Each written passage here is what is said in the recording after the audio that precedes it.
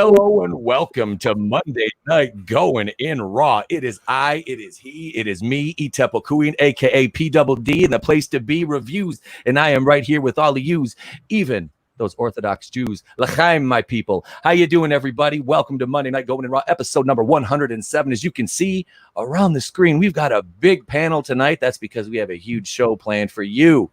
Thank you for joining us. To my right, he is the man from the Fandom Collective. Ladies and gentlemen, Mr. Flipp Doubt. What's going on, everybody? Good to be here. Feeling sane, feeling crass, ready to put some stuff up your ear canal. I like it, man. Thanks for joining us again, Flipp. Good to be here.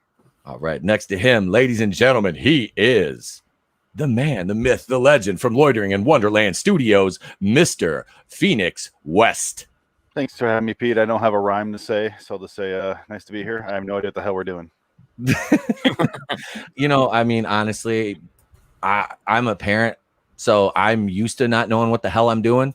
That's basically what I live my life, like the creed I live my life by is I have no idea what the fuck I'm doing. That's what my wife's job is, to tell me what the fuck to do. So right now we're pretty much just hit because I have an outline, but I can't even read. Anyway, underneath Phoenix, in the bottom square, the right-hand side, he is Mr. Nerdy Blurb TV. Thank you. Welcome back, sir. Hey, thanks for having me. Glad to be here. Thank you so much. Oh, man, thank you. I appreciate you coming back on, brother. And if you are a YouTuber and you're seeing this video and you're looking for a great intro package and logo design, my man, Nerdy Blurb TV, hit him up over on Twitter. He's the man to go to. He designed this whole gimmick for me. And yeah, it's pretty fly for an old, bald, fat white guy. I'm liking it. So thank you, sir. Thank you. And last but certainly not least, he might be last in your program, but he's number one in your hearts. Ladies and gentlemen, Mr. Tony Tone Deaf.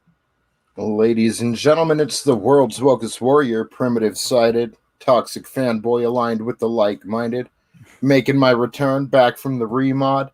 Had to, probably can't tell right now, went through a whole remodel in my room, my office, getting everything set up. And let me tell you, talk about down to the wire, set everything up for the show. And I couldn't find my earbuds for the life of me till about 4 minutes till showtime. I found them, got into the broadcast studio real quick, and just in the nick of time, man. Who's got a cat?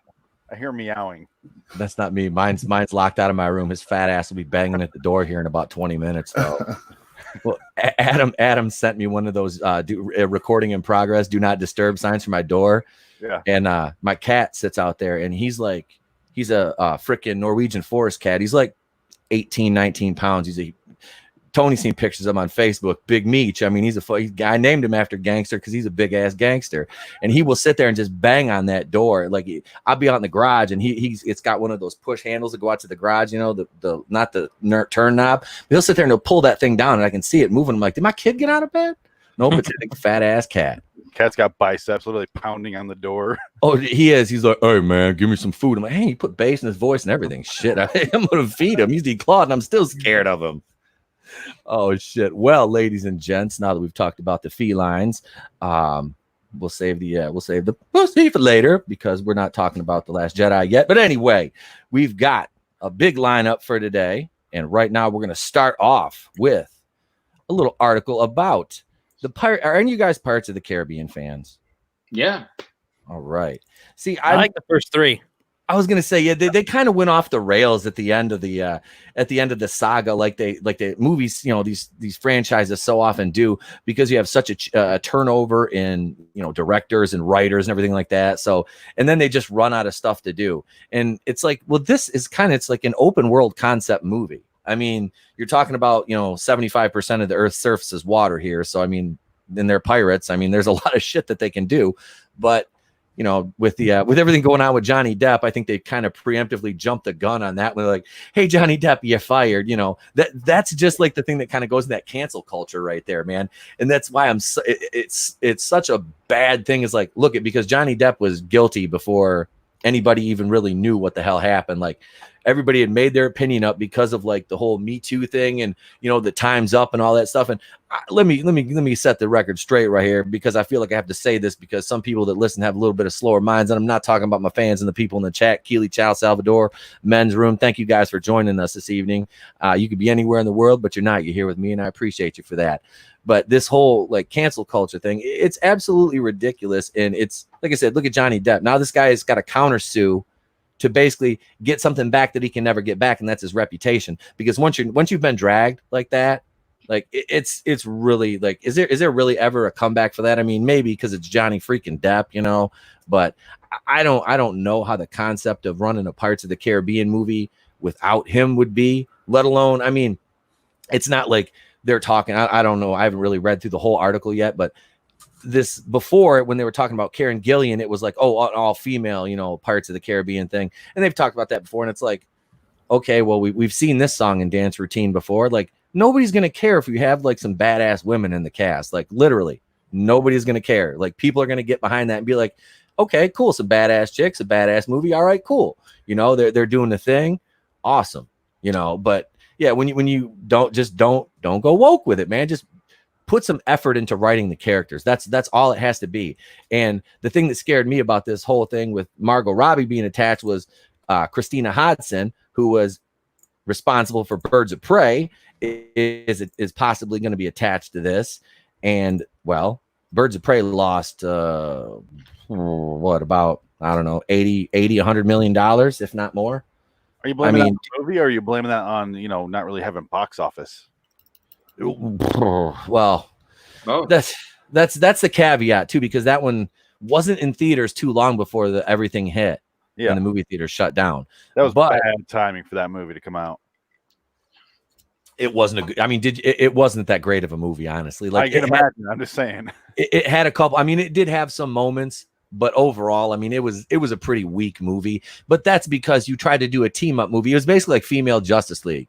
You tried to do a team up movie with no source material that, cinematically, obviously you have the comics, but they strayed so far from and I'm somebody who had to look up stuff in the comic books to see how it was translated over to the screen. So this Margot Robbie to headline female fronted Pirates of the Caribbean. This is from our good friend, Mr. John F. Trent over at Bounding into Comics. This new report details Harley Quinn actress Margot Robbie will headline a new female fronted Pirates of the Caribbean movie. The report comes from the Hollywood Reporter, who detailed Margot Robbie is setting sail with help from her Birds of Prey writer Christina Hodson. Yeah, that's not a ringing endorsement right off the bat. They add Hodson has been tapped to write a new female-fronted Pirates of the Caribbean for Disney, with Robbie attached to star. Let's see what the report indicates. They will be taking on Pirates of the Caribbean brand name. The movie will not be a spin-off of the first 5 Pirates movies that starred Depp as Captain Jack Sparrow. The Hollywood Reporter explains it'll be a wholly original story with new characters under the new Pirates moniker. Not only will this be a new film with new characters, but is also separate from the previously announced Pirates of the Caribbean reboot. See, that kind of makes it a little bit easier to take right there. You know what I mean? They're doing a reboot separately from this, so there's gonna be 2 brand new Pirates. I don't think they're gonna do the reboot now. If they do this, because the reboot was like the all female one with they're rumoring with Karen Gillan. Well, think about it like Ghostbusters. They did a new reboot, and they did the female one. Yep. So yep. I don't know why you would do that. Well, I mean, I know why they made Ghostbusters Afterlife, because, well, thank Christ, God, you had to do something after that. You've seen how much Ghostbuster stuff I have in my studio. It's all the wall Ghostbusters. Yes. And I didn't hate the female one. I just thought it was stupid. It just, to me, it was like, I didn't care that they were females. I cared that the movie wasn't great. It wasn't funny, and they didn't shut up. Like, constant talking. Let's see. So back in 2018, just after Aquaman actress Amber Heard wrote an op-ed in the Washington Post implying that Johnny Depp was an abuser, Disney announced they were moving forward without him in a reboot of Pirates franchise. The op-ed is now at the center of a $50 million defamation lawsuit brought by Depp against Heard. Let's see. So, Deadline reported 2019 just come back to Bailey's original comments at Reese. Okay, yeah. So the 2 writers, directors, Deadpool writers, Rhett Reese and Paul Wernick, Bailey had tapped them to reboot the franchise. They're off the project.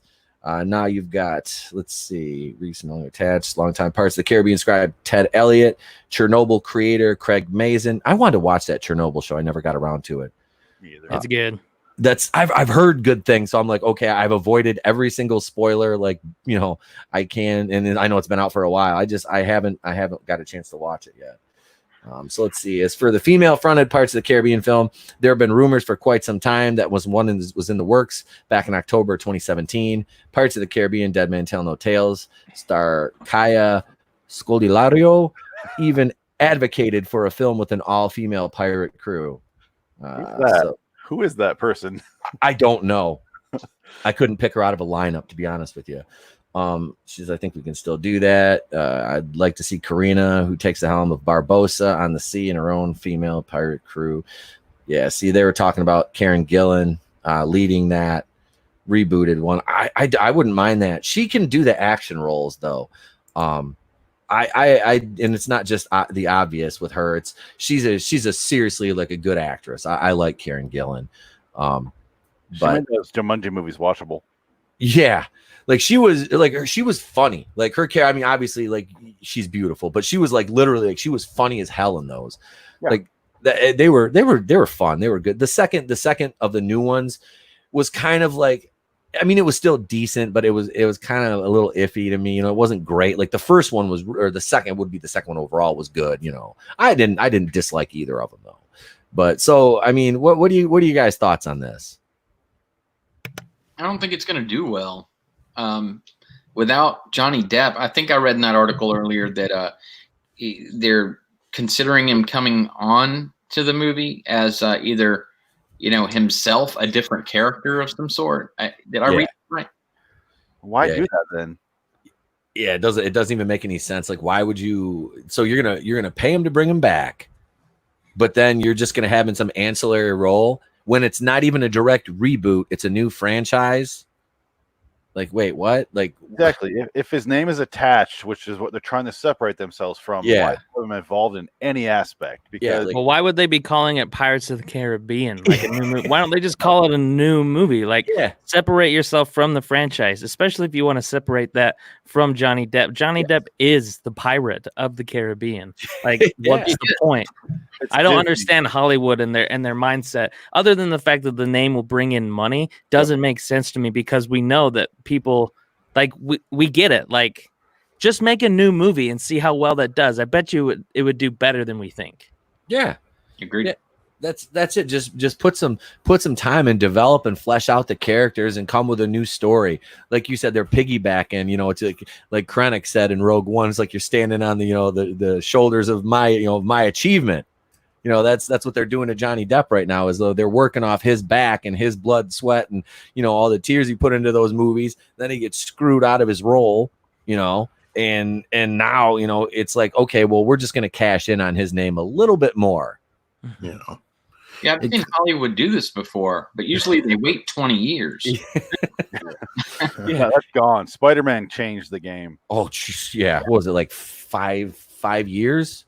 Between because Amazing Spider-Man was 2012, with Garfield, and then you've got, you know, the Amazing Spider-Man 2 in 2014, and then you went 3 years later, and it's like you got Spider-Man Homecoming. It's like with, you know, Tom Holland. It's like, holy the sheets hadn't even cooled off from Tobey Maguire jumping out the bed yet.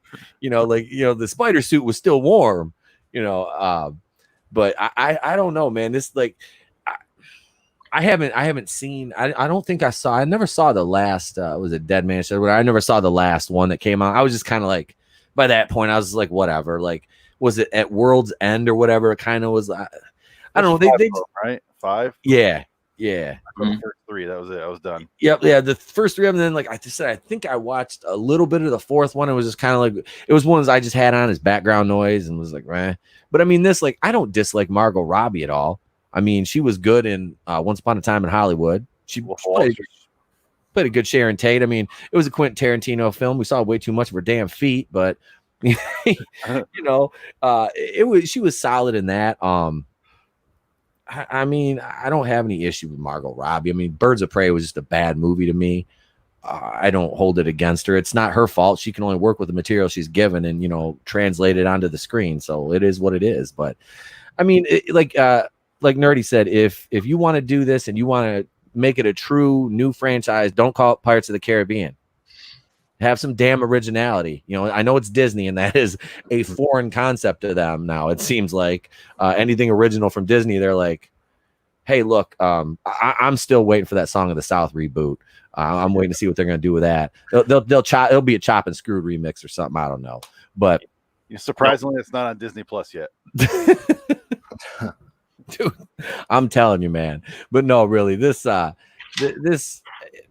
me, it just seems like it's kind of it's in limbo whether it'll even happen or not. Like, you know, you hear about these things in development all the time. You know, in development means they've got a couple things down on a piece of paper or an iPad somewhere, and you know, it might never go any further than that. But I don't know.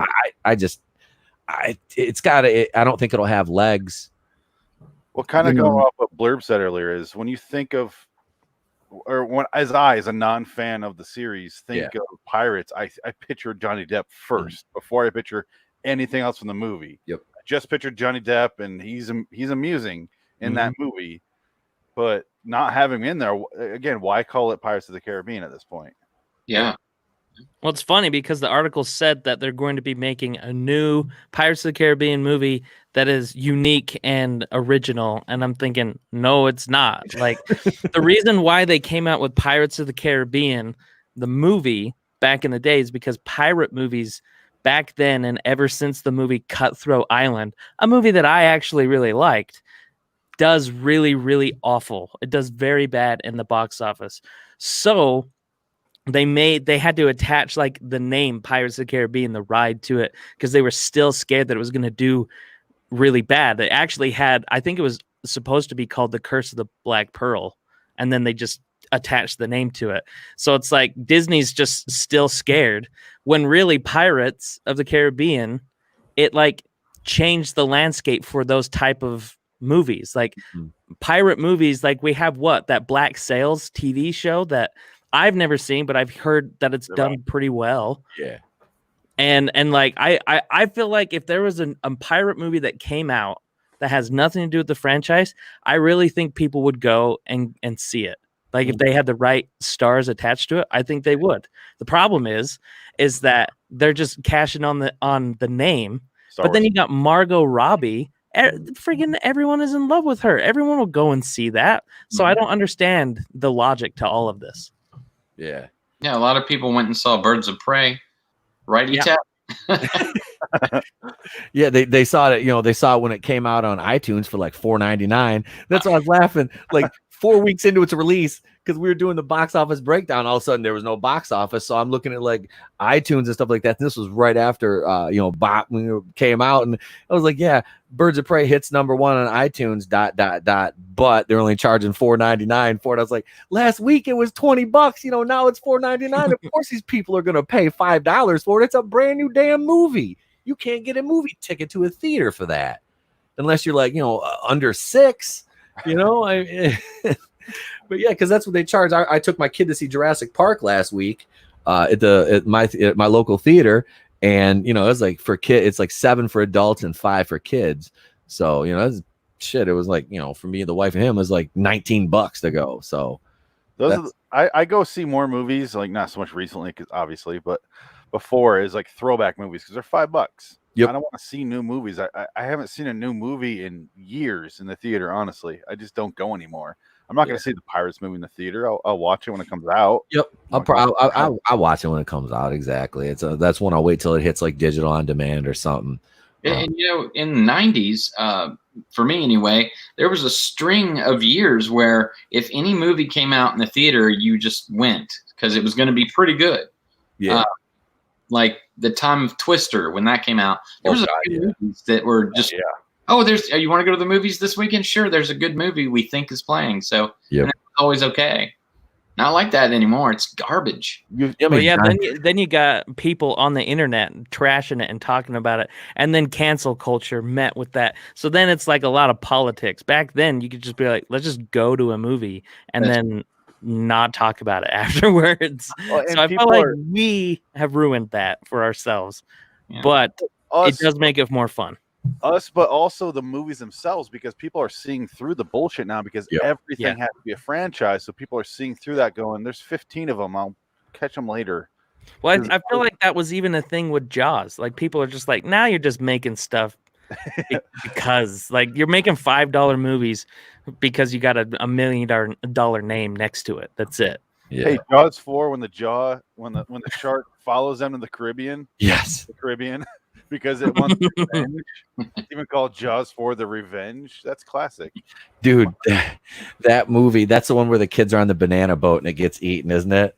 Yeah. Because Michael Caine was in that one. I was like, yep. Michael Caine doing it, Jaws, God damn it. He did not want to be there. He's like, all right, lunchtime. Yeah. He just left the movie. Some men just want to watch the world. Everything. He's like, I was in Dirty Rotten Scoundrels. Now I'm fighting a fucking shark. How the fuck did the shark get here from Maine anyway? The shark had the bloodthirst. It smelled the. I'm fucking telling you, man. I mean, I know know Strider's blood. I know they can smell blood in the water from like quite a ways away, but I mean that's ridiculous. It's so stupid. But it's not that far off from where we are now. Where I didn't watch Birds of Prey because I was like, I'm done with DC movies or superhero movies. I'm just done. I don't care anymore. And I'm sure as shit not gonna go see it in the theater where I pay money. Come on. Dude, okay, so you're talking to someone who paid to see Charlie's Angels, bro. All right. I was there on opening night, and like I said, I made that bet with Adam, and I did. And like I never get on my phone in the theater, man. A half hour into that movie, I'm texting Adam going, God, I want to leave. If I didn't drive 20 minutes and pay $10 to get into this piece of crap, I was like, I'd leave. I'm watching eating milk duds. I was your tears up with it. I was in the back of the theater all by myself, crying. Having like flashbacks of like Lucy Liu and Drew Barrymore. I know I'm watching clips on YouTube of the old one on my phone and shit during the movie. These aren't even that good, but I have nostalgia. I mean, MCG directed the second one, right? I mean, come on. McG. It all looked like a rap video. I was like, I don't know what's going on here. I'm confused. And I think I had a seizure. Don't blame you. I will never watch that new movie. Oh, dude, the Charlie's Angels one. You know, it's like it's bad. I'm like, if Elizabeth Banks wasn't so crazy, like if she was just like she's beautiful. She's a good actress too. That's the thing is like Elizabeth Banks was a good actress, and then like she just went insane all of a sudden. It's like, this is Charlie's Angels. If you don't like it, you're a sexist. It's like, wait, what? You said it wasn't for me. I paid my money to go see it. Can I critique it now? I legit paid my money. Your movie stunk. That's what I love about this cancel culture. Speaking of what Blurb said a minute ago, is white men can't see movies. Going back to, this is going to Marvel now. Yeah, white men can't see movies and then talk about them after if they're not made for them. But if we pay the money and go see the movie, I don't know why I can't talk about the movie after and not like it. That's that Dave Chappelle. That's that Dave Chappelle moment where he's like, "Gotcha, bitch." That's it right there. That's it right there. It's like if I paid, can I critique it still? You know, and that was the thing. Like I did my Is It Woke segment on Captain Marvel, and I'm like, it was, but it was just like a bland movie. Like I can take everything about Brie Larson out of it and just say it was an average movie. At best, it's like a 5 out of 10. It's a movie that you go to on a Saturday night. You eat your popcorn, you sit there, you drink your soda, and 10 minutes after you leave the movie theater, you've forgotten it exists. You know, it really was. It made $1 billion because it was sandwiched in between, two giants. The biggest grossing film of all time in Endgame, and then Infinity War, which is probably Marvel's like crowning achievement. I don't think they'll make a movie that's better than Infinity War. That's especially with what they got coming up now anyway. But we're going to talk about some recasting the role. Now we talked a little bit about Birds of Prey, and we talked about Margot Robbie. So I thought it'd be fun here, as we've been doing lately, doing a little bit of recasting the roles here. Now it's time to play that game again. We recast integral roles of a given movie or television program. Tonight it's going to be a good one. Since Margot Robbie wants to play a pirate, we're going to hijack her recent dumpster fire that bombed at the box office, Birds of Prey. Tonight, we'll be recasting the whole Bop team, plus the role of Black Mask and Victor Zsasz. You have 7 characters in total to recast, and we have them listed, and I have given them to all the panel tonight, and everybody has recasted the role. So, with that being said, who wants to start out this evening? I will. You want to start out, Phoenix? I didn't go. All right, man. There you go, brother. You're on solo. Go for it, my man. Cut me off now. I'm good. I didn't do it. I don't know who the fuck these characters are. I have no idea.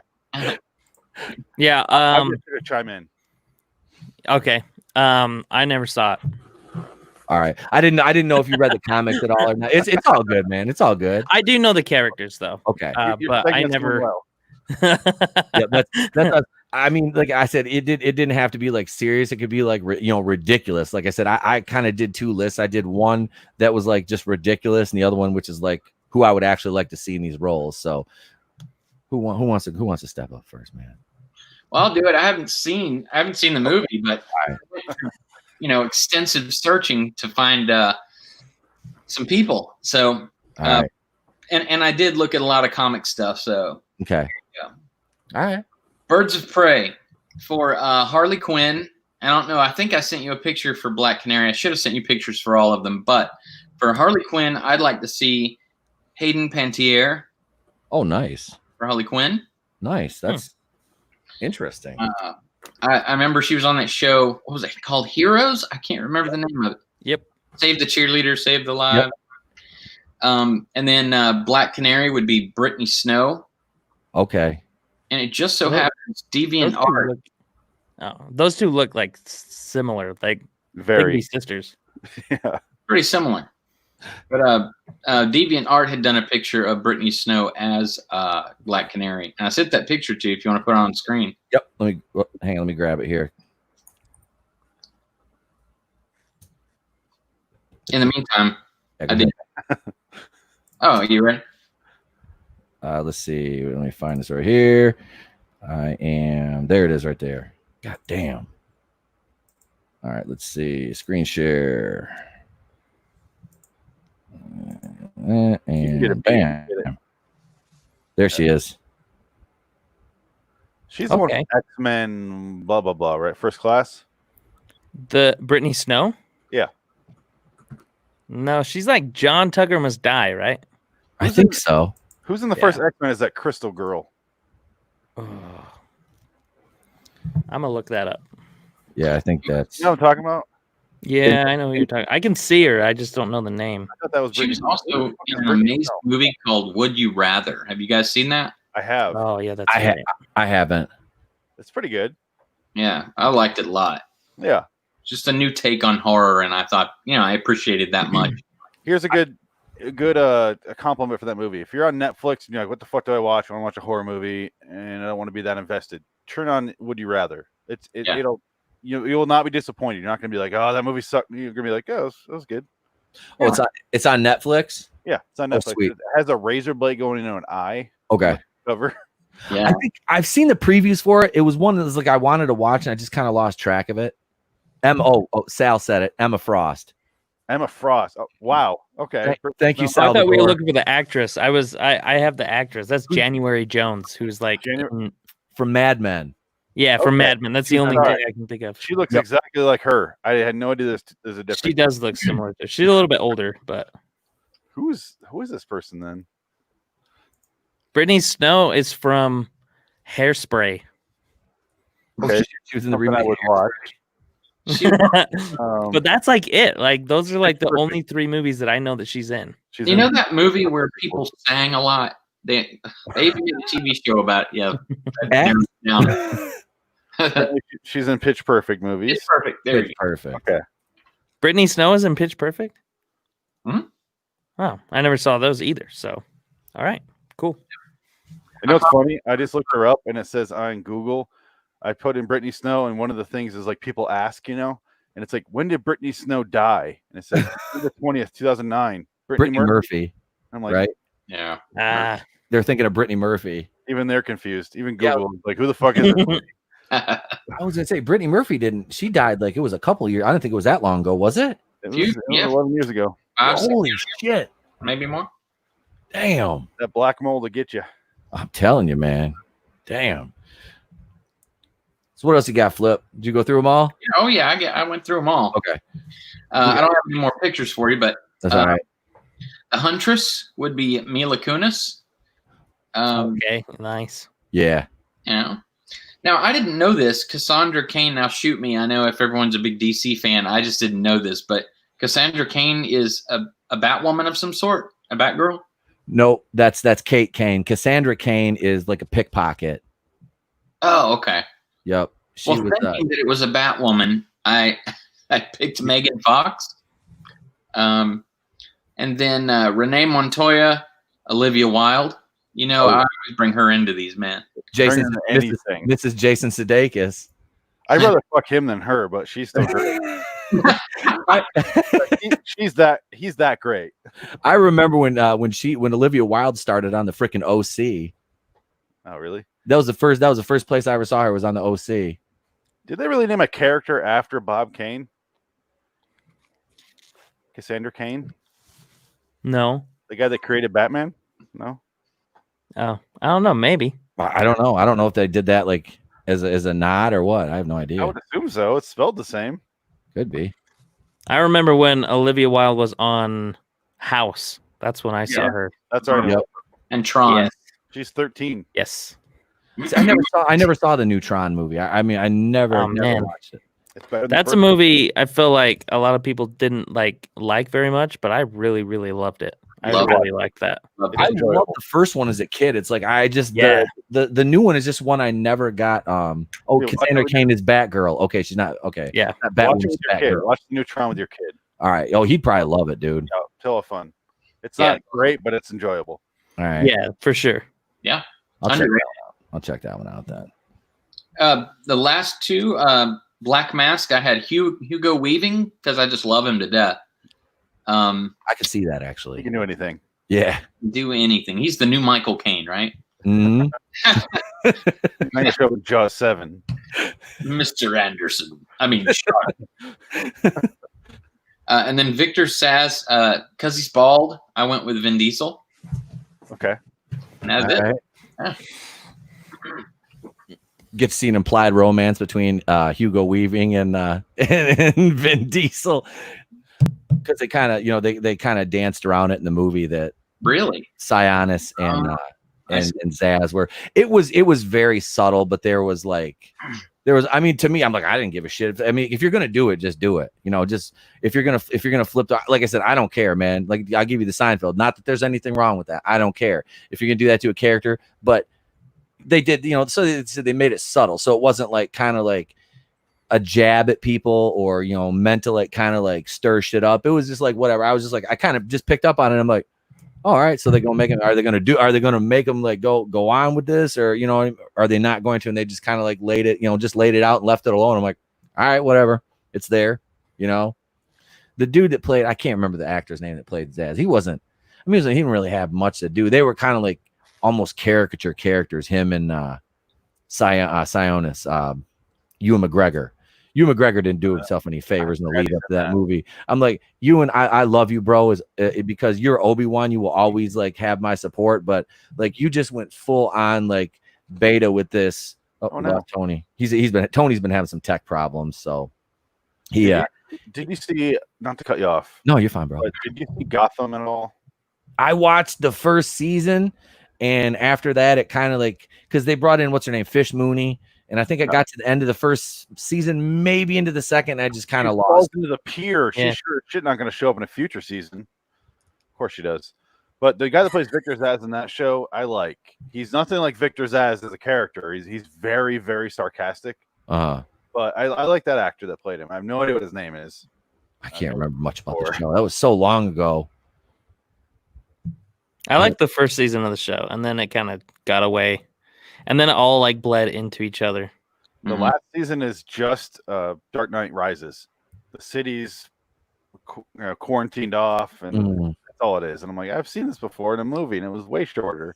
I don't want to watch 20-some episodes of this. So that's a pretty good list, Flip. Oh, thanks, man. That's a pretty good list, man. That is. You got the double. Yeah, that is good. That is good. I would like to see Vin Diesel have some fun. Yeah.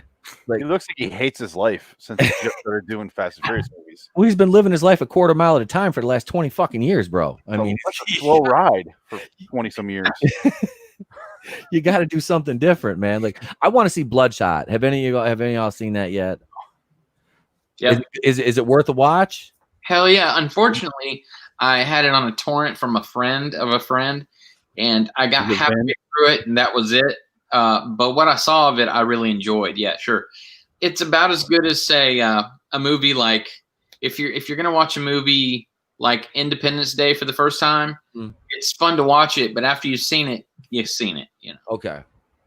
So it's watchable, but the rewatchability factor is kind of like. Yes, because there's twists in it where you're like, once you know the twist, it's like, oh, it's hard to watch again. Family. Let's have a Corona. Corona breaks in this DC movie. It's weird. So I didn't see Birds of Prey, but I did do a recast for just the women in Black Mask. Okay.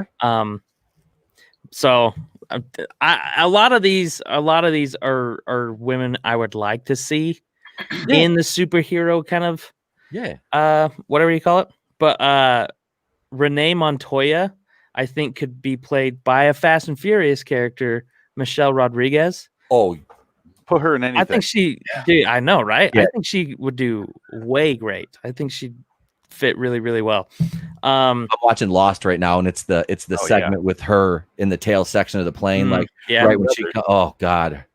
Oh, I love Michelle Rodriguez. She's great. So you'll like my next pick then, because I had Kate from Lost as the Huntress.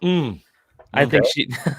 I know that she's the Wasp and everything, but no, dude, swap over. No one's gonna sue her. That'd fit. Yeah, and I kind of struggled with Black Canary. I didn't really care very much, but Me too. what's the chick from we just talked about her, but she plays she's in the Jumanji movies. Oh, Karen Gillan. Okay. Gillan, yeah. Gillan. Karen Gillan. She was in Doctor Who. She was one of the companions in that too. Yeah. She was? Yeah. I'm not a Whovian. I just found out from my friends that because we were talking about her that she was one of the companions in that a couple series ago. I can't remember who was the doctor then, but I know she was one of the companions. You know where I know her from is the TBS show Andrew Tribeca. I've never seen that. It's funny. It's a spoof show. It is pretty spoof. It reminds me of anything Mel Brooks makes. Yeah. Oh, see, I'd probably love that then. It's very you probably would. It's funny, but it's not going to last with you very long. There's Sal coming through. Who was her name in Doctor Who? Amelia Pond. That's Karen Gillian's name from Amelia from Doctor Who. Thank you, Sal. I love you, bro. So the guy that I had, and I don't know his name either, but the guy that I had to play Black Mask is the guy from Wonder Woman. He's like the main bad guy. The guy that played the British guy. Yeah. The guy at the end, not the one that was like the general, right? No, he's in Harry Potter too. He's like the professor. Yeah, he was. I think he was the doctor in The Hangover too. David. I think you're right. He was the emergency room doctor when they were trying to find out what happened the night before, and that old guy's on the table. He's like, "All right, I'll see you after the weekend." He's like, "Didn't you just describe the entire series? Trying to figure out the night before? You didn't specify at all." Is that Hangover 3? Yes.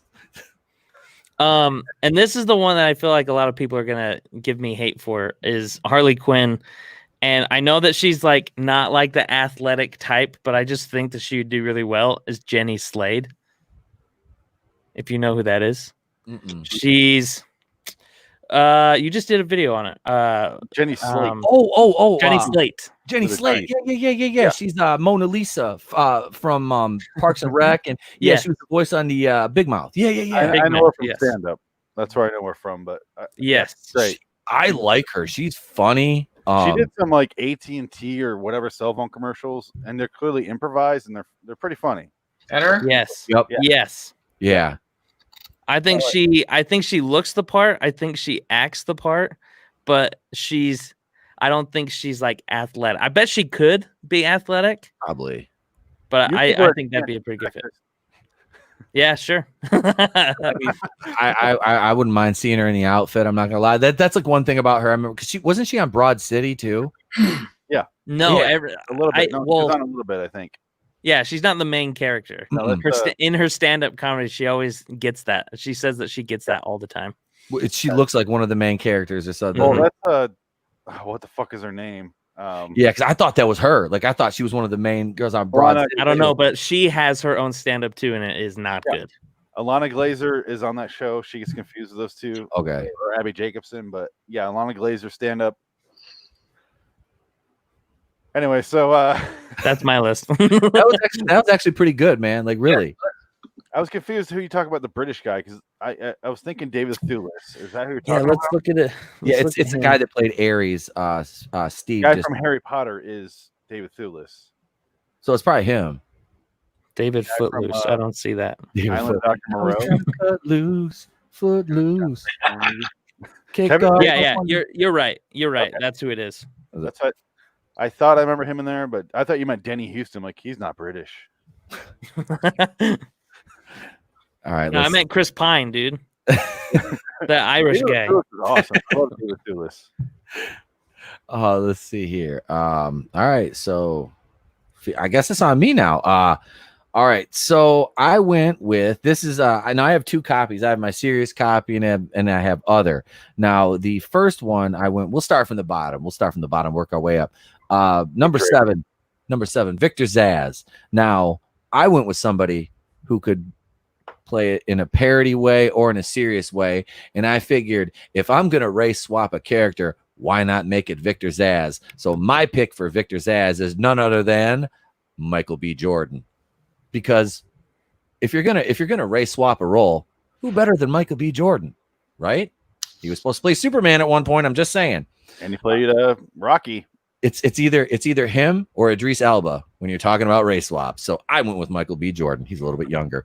You guys are really depending on your Marvel, DC pulling over Marvel guys. Oh yeah, well he's dead over in the MCU anyway. They killed him off. Yeah, they really. And I unapologetically love Black Panther, dude. That was like one of my top 5 MCU movies. But God, did they ruin that fucking character? That just angered me. He was like just pissed off with daddy issues. I'm like, God damn it! Like, yeah, Killmonger. Yeah, I did not like the way it was kind of wonky, especially it was lazy. It was just like you just copped out on this. That's what you did. Like that could have been a cool ending where they like came to a sort of agreement, not like that, easy where they just sit down and talk about their feelings, but like they could have had something. And I don't know the ending because when they go back to Oakland and they have a center named after him, that would have fit really well with spurting him to the good side. Yep. And it's like, dude, you have a character and an actor that's that caliber. Why would you make it a one-off appearance for him? Yeah, I don't know if I agree with what you're saying, but I think they should have kept him around because he's such a good bad guy. I think it would have been cool. Like, just chuck him off the cliff, and then he survived, classic 80s, whatever. I don't know, but he was way too good of a character to just have a one-off. I agree. Territory where Shredder pulls his hand out of the rubble and under two, like no. Yeah, he should have like drank some ooze or something right before he got stabbed. Oh, let's see. So number 6, Black Mask, Roman Sionis. My parody version of that, I would have none other than Mr. Gerard Depardieu. I can't look at that guy and not be angry. Exactly. Green Card, wasn't he? Something called Green Card? Yeah. Yep. He was in Green Card. Yep. He was like a super sexy, handsome guy in like the 70s and 80s, and then he just like blew up. Oh God, dude. Yeah, he's a big tub of gravy. Like he is. He's literally like a tub of gravy. Like if you poke him in the KFC and never left. ate too many of them famous bowls. Yeah. Let's see. So for the serious side of Black Mask, though, really, who I would cast that is none other than one of my favorite Canon Films actors, Mr. Michael Dudikoff. Because when he's not out fucking up Pentangle, I think Michael Dudikoff would be a really good villain. I think now this one? What's that? That's your serious one? Yeah. I can see it. I like Michael. Dude, I love Michael Dudikoff. I get it, but we've reviewed a Dudikoff movie together, and you were like fully hard the whole time. But I I don't know why he's in your serious vote. He was supposed to be Spider-Man at one point. I think he could pull off Black Mask. I do. So I'll trust you. I think he could do it. I think he could do it. Who's your joke vote? Gerard Depardieu. I would love to see a full Birds of Prey sequel with all Gerard Depardieu in all the roles, like Eddie Murphy as the Clumps. I would love to see this version in your head. I think we get Depardieu to do it.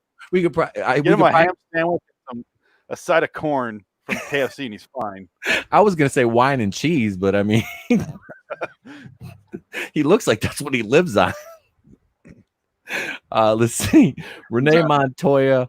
Let's see, my parody pick for that would be Penelope Cruz, just because I don't think she could play the role worth a damn. Yeah, so she would be the parody pick. But in all honesty, if I had to seriously recast Renee Montoya, I would piss people off, and I would cast Betty Gilpin to play Renee Montoya. Montoya could be her married name. I'm just saying. Who's Betty Gilpin? She was in under 80 named Betty. I know, that's the thing. She's like 36, I think. Those are some terrible parents. I know, I know, dude. It's like one of those names, like Margaret. Like my mom's middle name is Margaret. My grandmother's name was Margaret. Okay, my mom is Margot. My mom is 70 years old. I mean, it's like, does anybody name their daughter Margaret anymore? No, they go by Margot. His name is Margot. Yeah, I have a cousin named that. But going back to your joke one, I don't believe Penelope Cruz to play Monopoly, let alone a fucking character. Exactly. Like, she's serviceable at best. Well, you just have to feed her carrots in between takes. I mean, isn't that what you do with horsies? Why is that the only thing I think of when I hear her name? It's that Family Guy skin. I'm so glad you picked up on that. I know where you're going. Every time I think of that when I hear her name. Just Peter feeding her carrots. There you go, Penelope Cruz. That's a good Penelope Cruz. Oh, you like when I brush your mane, don't you, Penelope Cruz? It sucks that you can't do Cleveland anymore, though. Oh, that's another story altogether. Cancel. Oh, you wait. I'm gonna start recording like my Cleveland Brown quote of the day and putting that shit on Twitter. And I'm gonna tag Mike Henry in it too.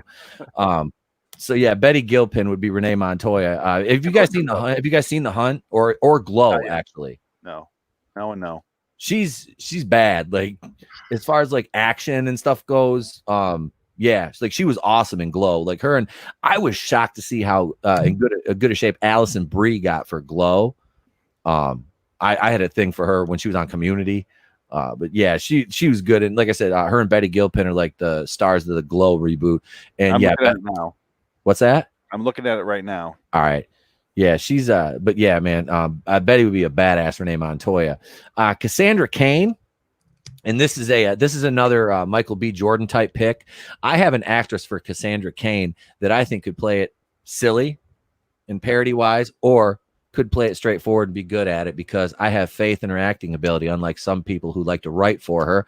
Ladies and gentlemen, my pick for Cassandra Cain, none other than Miss Kelly Marie Tran.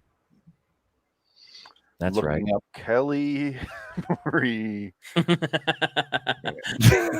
Odd choice. Gotta give you the girl from Last Jedi. Okay. Yep. That's a bold choice, Cotton. Let's see if it works out for him. She was fine. I think she's talented, and I just think she needs the right writing to make her character work, and or her acting ability. And I like her. I have no issue with Kelly Marie Tran whatsoever. She seems like a sweet, warm human being, and I think she would be good as if we played it a comedy way, or if she had to play it straightforward. I feel bad for her. I do. People make fun of Last Jedi, which we'll get to in a moment here in the next segment. But people make fun of her character as Rose in The Last Jedi because she's forced in there. And I'm like, not the actress's fault. It's the writer and the director. But she was fine as Rose. I just, it was like, what are you doing with the character? Like, what are you doing with her? It was just like, what are you doing with this character? You put her in a potato sack and you just trot her out here. And what are you doing with her? Like, I didn't understand like what, we'll talk about that in a bit. Her introduction scene in that movie, though, where she's like trying to get those little grenade things. Do you remember? Mm-hmm. Yeah, that was fine, and then it just fell apart from there. Yeah. Oh wait, that was that was her sister, but it is a good scene. The bombing. Yeah. Okay. So the worst line in the history of any aerial combat movie has to be by the worst aerial commander. What's that one? The girl's name, Allie or whatever. That's the commander of the squadron. When they're doing the bombing run on that dreadnought in the beginning of Last Jedi, she's like, what she say? She's like, bombers hold your positions, fighters protect the bombers. I'm like, has there ever been an order that was more like just, okay, you really didn't have to say it because everybody knows what we're doing anyway? Because if you haven't gone over the battle plan before you're launching the attack, then hey, General Custer, I have a question. Hey, we're gonna bomb them. Go ahead and protect those guys with the bombs. Yeah. Hey, and while you're at it, a piece of papier-mâché could blow these bombers up. But hey, bombers, why don't you fly 10 feet apart from each other just in case any shrapnel flies off when they eventually blow these fucking water balloon ships up here, okay? Just go ahead. Just make it convenient so one TIE fighter wing takes out 6 of these things. Do me that solid, would you? Thanks, pilots. Love you guys. We'll get to that, though. We'll get to that. Number three, The Huntress. My parody pick for that is none other than Elizabeth Banks, because let's just make her as Huntress. And then if I was going to pick that seriously, I would go with somebody who has been in 2 movies with Elizabeth Banks, Miss Pink Ranger herself, Naomi Scott. Naomi. She was she was the Pink Ranger in the 2017 Power Rangers movie. She was in Charlie's Angels, and she played Jasmine in the new Aladdin. Yes. I'm bad at actresses if you haven't caught on yet. Okay. Yeah, she's athletic. She has good acting ability. I like I said, she was Charlie's Angels. Yeah, she was not terrible in that movie. She just really didn't have much to do. I mean, a few things here and there, but that movie was just bad. Number 2, Black Canary. If I have to go parody on that, let's see, Black Canary. If I'm going to pick that, if I'm going to do this Christina Hodson style, and because the name is Black Canary, well, I'm going to pick Leslie fucking Jones. How about that? Okay. No, you're so angry, but all right. No, seriously, if I had to cast Black Canary, I would reach all the way back to the 2002 Birds of Prey TV show, and I would get the actress who played Black Canary in that show and be like, "Hey, look, I'm ready. Why don't you come on over here, Rachel Scarston? Stop playing Alice on Batwoman because, well, Batwoman makes me want to gouge my eyes out. Now that Ruby Rose is gone, I've lost all will to live. But I'll manage one day at a time." Can you spell the last name? Scarston, Skarsten. Yeah, she was Black Canary on the 2002 Birds of Prey show. And I really, honestly, I hate the Batwoman show, but I still watch and review every episode for you guys because I love you and I'm masochistic. I'm masochistic as fuck. Rachel Scarston is a diamond in the rough on that show as Alice. She chews up the scenery. She's funny. Her character's witty. She's a good actress. I think she'd be a solid Black Canary. And the leader of in the cinematic end of it anyway, not the comics, the leader of the Birds of Prey, which was Batgirl, Barbara Gordon, or the Oracle in the comics and the cartoons, but the movie, they decided to make it Harley freaking Quinn because she's marketable, and you have the beautiful Margot Robbie playing her. She's the Oracle. The Oracle? The Oracle? No. Barbara is. The Barbara Gordon. That's in the video game too. A Dark or video game they made. Nightwing. Nightwing. Yeah, but also the last Batman video game they made, Dark. What's it called? Batman Night City. Arkham City. Yeah. I don't know. Arkham Knight. I think is the last video game. She's the Oracle, but in all the video games, she's Barbara. If it doesn't come out on N64, PlayStation 2, I don't have it, or Sega Genesis. Yeah, this is like 12 years later. You're fine. Sorry. Dude, I don't have time to play video games. I wish. So, number 1, Harley Quinn. My parody pick for this. I think I don't know. We might have to tailor the suit a little bit differently, shoot some different camera angles. Melissa McCarthy. Amy Schumer. I'm not far off. Okay. I'd actually like that. Amy Schumer's Harley freaking Quinn. Tubby Harley Quinn. What happened to the Joker? She ate him. It's fine. Don't worry about it. But seriously, if I had to cast Harley Quinn, she talks about her pussy a lot. It's weird. Yeah, that's like the crux of her comedy. If it's jokes she hasn't stolen. But no, I would cast seriously. I would go with Katie Sackhoff for Harley Quinn. If you want an action oriented Harley Quinn that looks good doing fight sequences, Sal says Betty White. But yeah, I would go with Katie Sackhoff. I do. I really like her, man. She had me in what was that show? Fuck, Longmire. That I was so pissed when that show got canceled. I want to I don't have time. I want to read the books, but I would really like to read those books now. Do you know why it sucks when you spell your name in a weird fucking way? Is I can't look you up on IMDb. Katee. Fuck you, Katie. Just look up Longmire or the Riddick. I did. I found her, but that's how I found out her name spelled fucked. She was actually in The Flash too. She played one of the villains in The Flash. Really? Yeah, a couple seasons ago.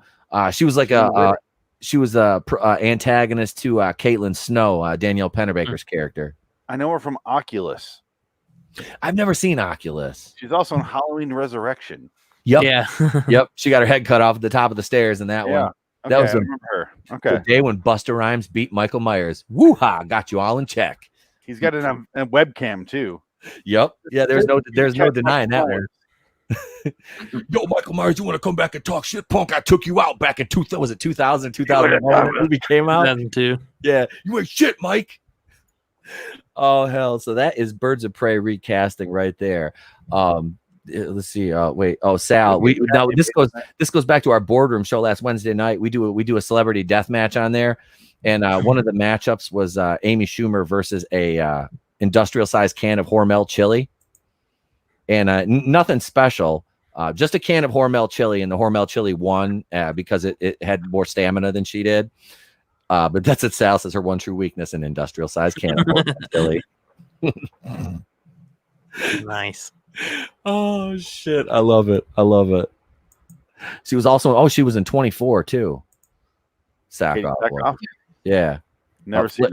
Flair X says the books are expensive. He's talking about Longmire. Flair X has like the fucking New York Public Library. He owns basically. Let's see. Wait. Okay. All right. Okay. So let's see here. Lily is the best cast person. Only because I know her. Yeah, Evangeline Lilly. Yeah, dude, when her and Michelle Rodriguez were on the screen together and Lost, I'm like, I can't. My eyes are like going like I can't look at them both at the same time, and it hurts. That's why you have the pause button. Yeah, dude, like Michelle Rodriguez has got these like tight ass like hip hugging jeans on, like this like little midriff tank top. Kate's walking around with like some badass looking like she was in shape for that show. Evangeline Lilly was like she's still like she's beautiful. She's like what 45, I think Evangeline Lilly is. She's like I like Ant-Man and the Wasp, but like her and Paul Rudd have like, and then what's his name, Michael Douglas, like those movies are fun. Like, and then you got of course what's his name, the little Mexican dude that Michael Pena. Yep, Michael Pena, who's in the worst season of Narcos, and Blumhouse's famous Black Goo-verse movie, Fantasy Island. Have you seen? God, I haven't heard anyone talk about that. Please, if you guys have seen it, let me know what the fuck that is. Have you seen that one, Nerdy? No. You haven't seen the new Fantasy Island? He's a person, so he hasn't seen it. Oh man. It's, you know what? I will say this. It's not Black Christmas bad. All right. I will give Blumhouse that. It's not Black Christmas bad. And I watched the original Fantasy Island show. Like I've seen most of it, and it's not a horror show. Yeah, it's not. It's like Ricardo Montalban. Yeah, I was like, you're going to replace Ricardo Montalban with Michael Pena. Like, I understand the sentiment, and with the movie, with what they did with the movie, the direction they took, it wasn't bad. I will say that. Like, if they tried to do if they tried to do what the original show did with Michael Pena and make him Ricardo Montalban, no. But with what they did, like, I don't think the movie was good, but I understand what they were trying for. It was just about 30 minutes too long, and it made no sense whatsoever at times. it was just like I was, like I said, after Black Christmas, anything seemed good. So me and my wife are watching, and I'm like, Black Christmas, the newest Black Christmas. yes, that's another movie that they rebooted way too quick because it was like 2006. 2000. Yeah, I was just gonna say 2006. That's so weird. Hollywood is friggin' schizophrenic. I swear. And they didn't even let, like I said, they didn't even let it cool off, man. It was like 06, and then they're like, 2019, we're gonna do another Black Christmas. And guess here, guys, this is I only know the original. After all these movies fail, all these like woke movies like fail, it's like, hey, guess what we're gonna do? Guess what we're gonna do, guys? We got a great idea.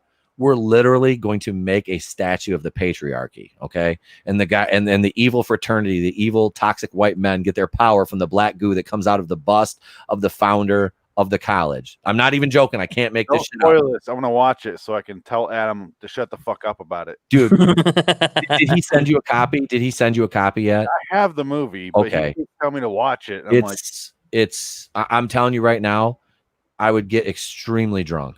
If you're like I did, the first time I watched it, I got like blackout drunk and live tweeted it the whole time I was watching it. And I was like, ho. I had to go back the next day and check my Twitter feed. I'm like, all right, okay, so none of this is bad. All right, I can let this stand.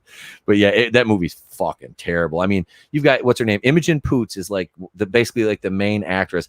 When I did that for Is It Woke, I like broke it down. I'm like, you've got diverse girl, you've got victim girl, you've got dumb hot girl, and you have girl that probably knew one of the producers, and that's how she got one of the main 4 roles, right? You have weak and effectual boyfriend.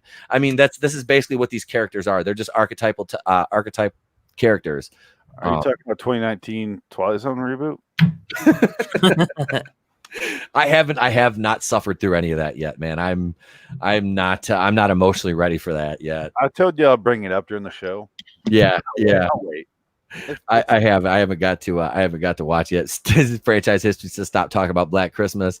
I felt bad. I made Steve and Flipp had to watch that at the same night because they were both on the show, and we were like, we're gonna talk about Black Christmas.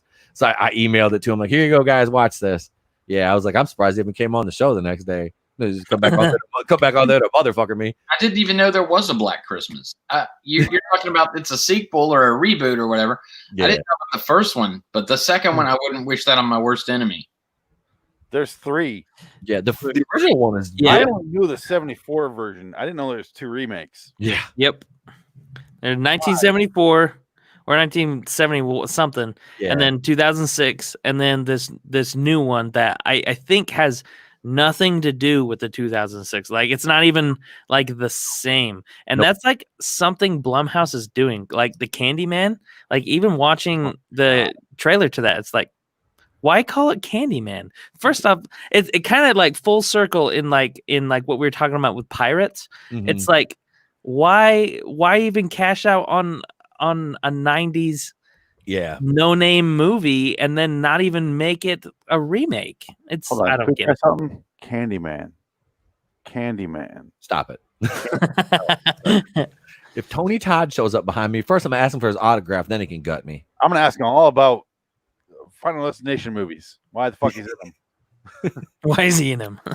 He wasn't. I haven't seen any of those in forever, dude. Like, I forgot he was in those. Was he like the blind? He was the mortuary guy. Yeah, he's a mortician. Yep. I just went back and rewatched them all. Like, me and my girlfriend watched them in reverse order. Okay. We're, like, watching the quality go up for every movie. I was gonna say, so they were getting better. Devon Sawa. I have an unprecedented love for Devon Sawa. Whatever happened to him? He like faded away into like the abyss. I love that guy, but I agree. He kind of faded away, and I don't know why. He's Ethan Embry is the same category as him, but Ethan Embry was in the new Twilight Zone. Not to bring it back to that, so he's fucking still working. Where's Devon Sawa? Where are you? Ethan Embry also had a bit spot in season 6 of The Walking Dead. He did. He was in Alexander. He tried to double cross Rick. And he got that's right. And then he got trapped between 2 trees. Yep. He got bit his face. Yeah, that was a bad that guy. Yeah, he was a dick. That was like one of the most satisfying kills that season outside of Porch Dick. when Rick executed Pete the Porch Dick, Jesse's husband. which we were talking about this on the Walking Dead stream about like it was sad like when Jesse died because like her and Rick were good together. Like I liked her. I was like, she's kind of a little spunky, like Spitfire badass. I'm like, what's that? Did you read the comic though? I've read every issue like 2 times. You knew she was gonna die. Yes, I did. Yeah, okay, good. Okay. I did. But I mean, well, look at what they do with the comic and the show though. So sometimes it's good. Look at Alexandra. What's her name? What's that? What's that girl's name? That plays Jesse. Alexandra. I don't know her name. She's in American Horror Story season 1 too. Plays Maura. Oh shit, she was. She's. Oh my god. Yeah. Anyways, yeah, I agree with you. She should have stayed around for a while. Her and Rick had good chemistry. He could have stayed a lot longer too because of the comic books. Like when she was gone, I was just like, "Oh wait," but they had changed so much already by that point in time. But in the comic, I was expecting her to be there much longer than she was. In the comic, he's fucking Andrea by this point, and I'm like, dude, oh, good thing you killed her in the show. Yeah. Well, that was contract. Like Laurie Holden had contract issues with AMC, so she had to. They just were like, we're gonna fucking kill her. Well, so her and Dale's character were like, Frank Darabont's gone. Fuck off. Bye. Yep. Bye. I don't blame them. They screwed him. Laurie Holden is Andrea's actress's name. The only one that's left in the Frank Darabont years, women wise, as far as people he used in his movie, is Carol. She was in like The Mist. Yep. Mm-hmm. There's a lot of people from The Walking Dead in The Mist. Actually, I think there was like a handful because Dale was in there too. I think he left after end of season 2. He got bit. I think. Well, no, I'm talking about in The Mist. Like, in The Mist. Yeah, Darabont had some. He had some actors like from The Walking Dead in there. It was like I said. I think there was like a handful in there. 3 of them. It's those three actors that are just okay. When Frank Darabont left after season 2, they're all like, okay, well, bye. Well, fellas, I gotta head out. I gotta put the baby down to bed. Do you want to do your Last Jedi thing? I'm sorry, I probably talked over. Me? Do you have any Last Jedi info before you go? Yeah, it's a good movie. We'll see ya. I'm just kidding.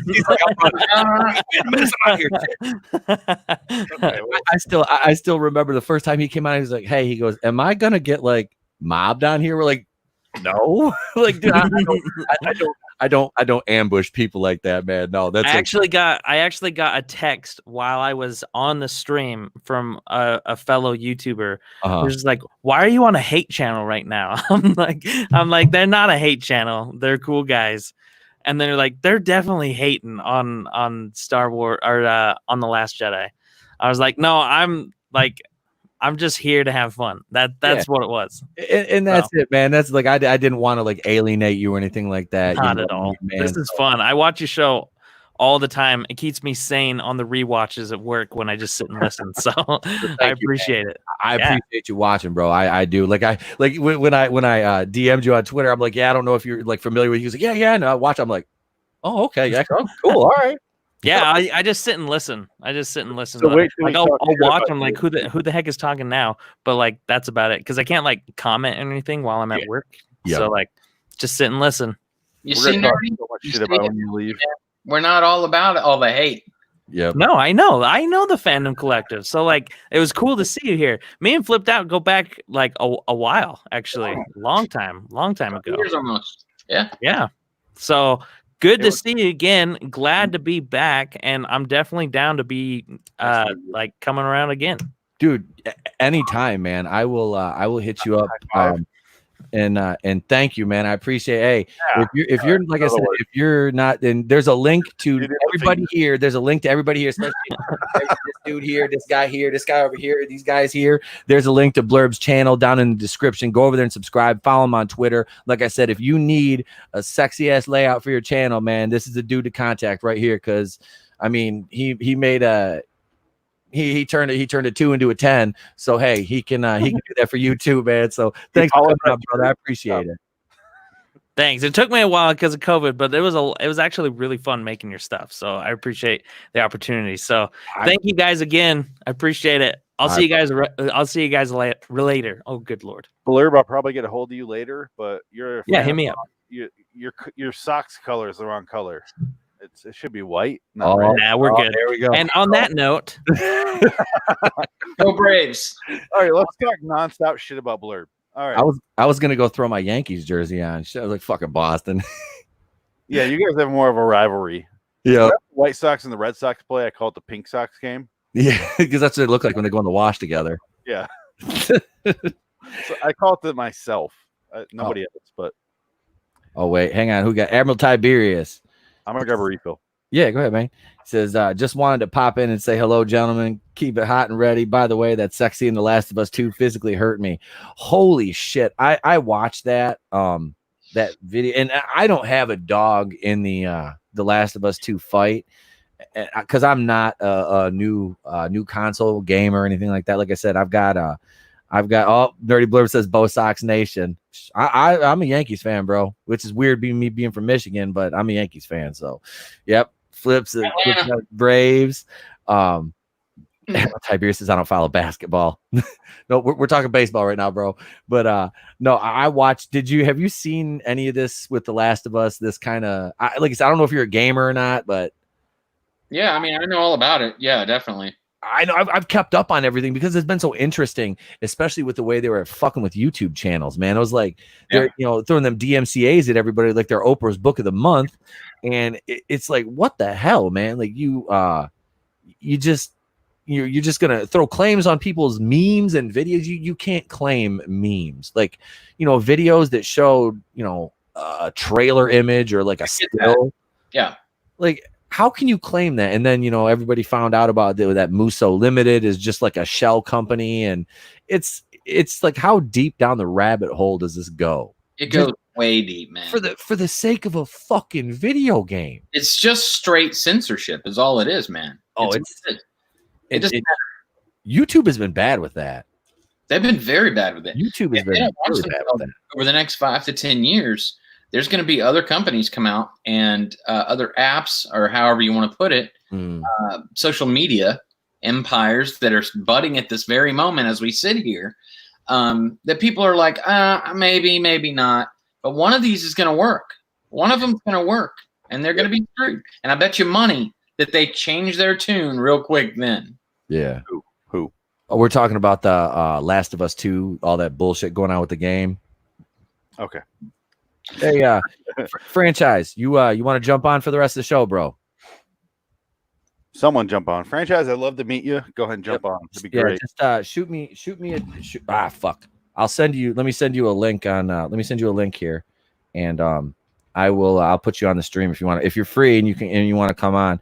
What do you say? The Bears suck? Wow, yeah, fucking Bears. I mean, they haven't had a quarterback in 30 Bears suck. The Bears haven't had a quarterback in 30 years. I'm a Vikings fan, so you're not going to hurt my feelings. I hate to say it, but I am a Falcons fan. So. Oof. That's got to be. I'm a Lions fan, dude. So, I mean, They went to the Super Bowl recently. I mean, they didn't win. Twice. But... Yeah, that first half was amazing, man. We were killing. I did put money on that second half. You did? Thank you. That turnaround was amazing for me. But you want to know what? Every time I watch a football game and it's the team I want, which is usually the Falcons, they do terrible. So I don't watch, and they do great. So I watched the first. I didn't watch the first half of that Super Bowl. You got to stop believing your superstitions. Well, it happens every time.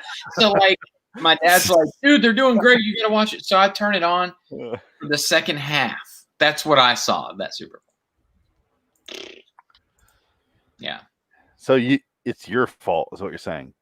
No. It sounds like what you're saying. It feels like it, but it's not. I know that. I'm a realist, but yeah. Are you? Are you though? Deep in here, I'm like, maybe, but no. Yeah. It's like guys that wear the same. My girlfriend was. We were talking about my jersey that I was wearing because I'm a Vikings fan, and they're deep in the playoffs last year, and I was like, all right, I'm switching the jersey. And she's like, are you sure? I'm like, they're not going to know if I'm wearing a different jersey than normal. It doesn't matter. And if they do, sorry. They've never won a Super Bowl. I have nothing to lose here. Who's that, the Vikings? Yeah. They've lost 4. They lost 4. They never won one. No, they got beaten Super Bowl 4 by the Chiefs. What 23-7. They got beat 16-6 by the Steelers. The fucking Raiders beat them 41-14. The Cowboys. Let's see. Yeah, they've been there 4 times. No. That was before that. Sorry. Denver beat them in the Super Bowl. Yeah. 27. No, that was Dallas beat Denver 27. Oh, did Denver beat Minnesota? I don't know. I don't remember the last. All before my time.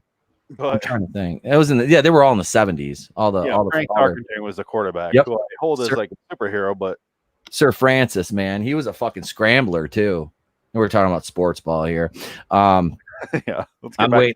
I'm waiting. Franchise. I threw you I see you saw it. I threw you a link in your messages. So if you want to jump on, go ahead, bro.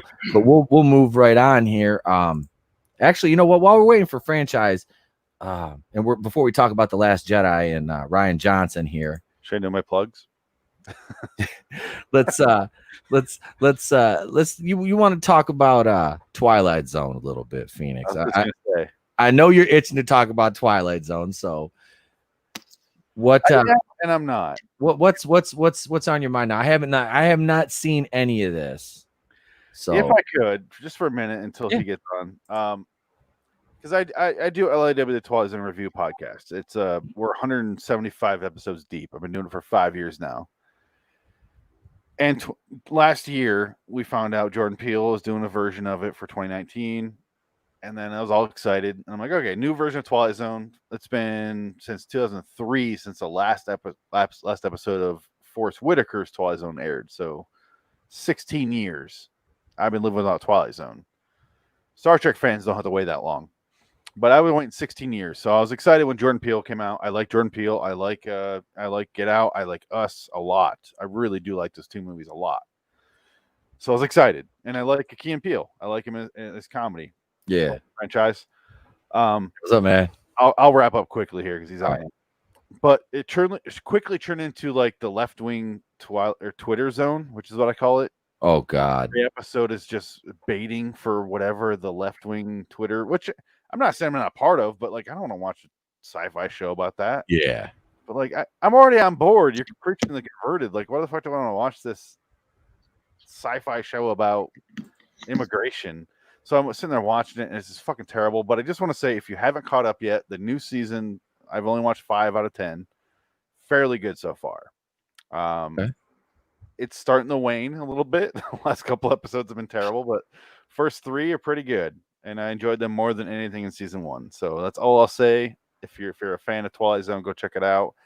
You can get a 7-day free access. I'm not pitched by CBS, but did he leave because I was talking about Twilight Zone? Go ahead and check it out. Free. You can watch all the episodes and then catch up to our podcast, LAW Twilight Zone review, wherever you are. I'm not trying to pitch my show that much, but I just really am. It's on my mind a lot because that's all I've done recently is Twilight Zone shit because it just came out, and I'm doing polls for the original show because we're almost done with the original series, which is 156 episodes. It's crazy. Yeah. So it's on my mind a lot. That's why I want to talk about it. And it's a good filler time for it. But if franchise is on, let's go ahead and go. But you guys know anything about Twilight Zone? He is back. Oh, hey, hail. Yeah. Oh, the old one. Hail. Right. Everyone. Hey, man. All right, I'm on. You all right? You get booted? Anybody hear me? We can hear you. You're good. Yeah, you're good. All right. Yeah, something wrong with my connection today. It's acting stupid. As soon as I got into here, it started doing the whole buffering thing. Whatever. I'm here now.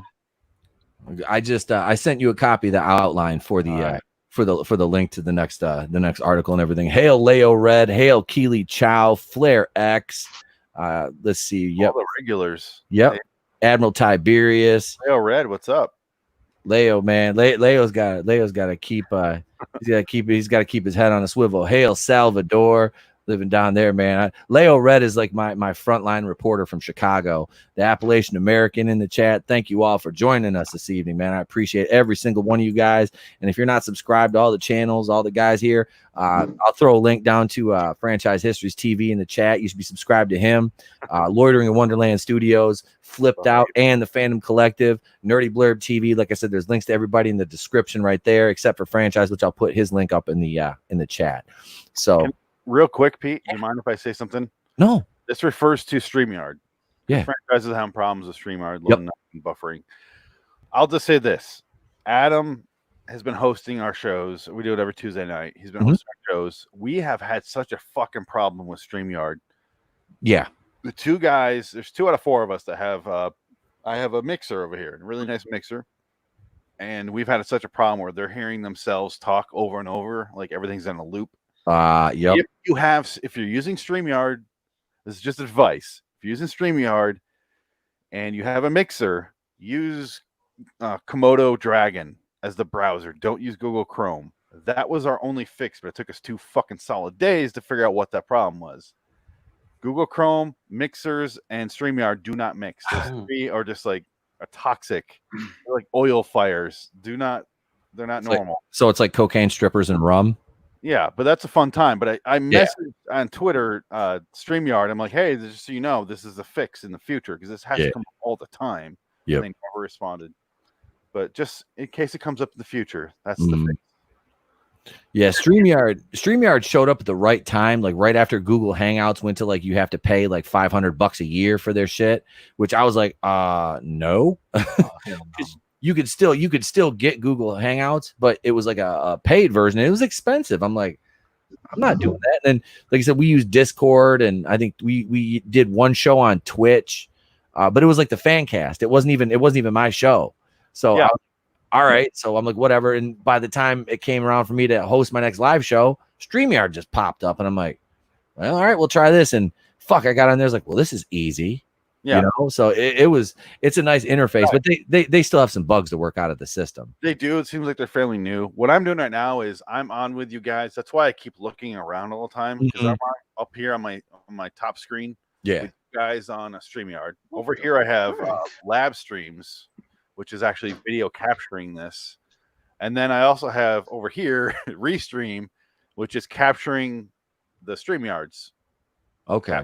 So I'm streaming live on Twitch, YouTube, Facebook, and Twitter right now. So all this is going everywhere on my side. So all right. It's a complicated system. We figured this out because I don't want to pay for fucking Restream. I'm not doing it. Yeah.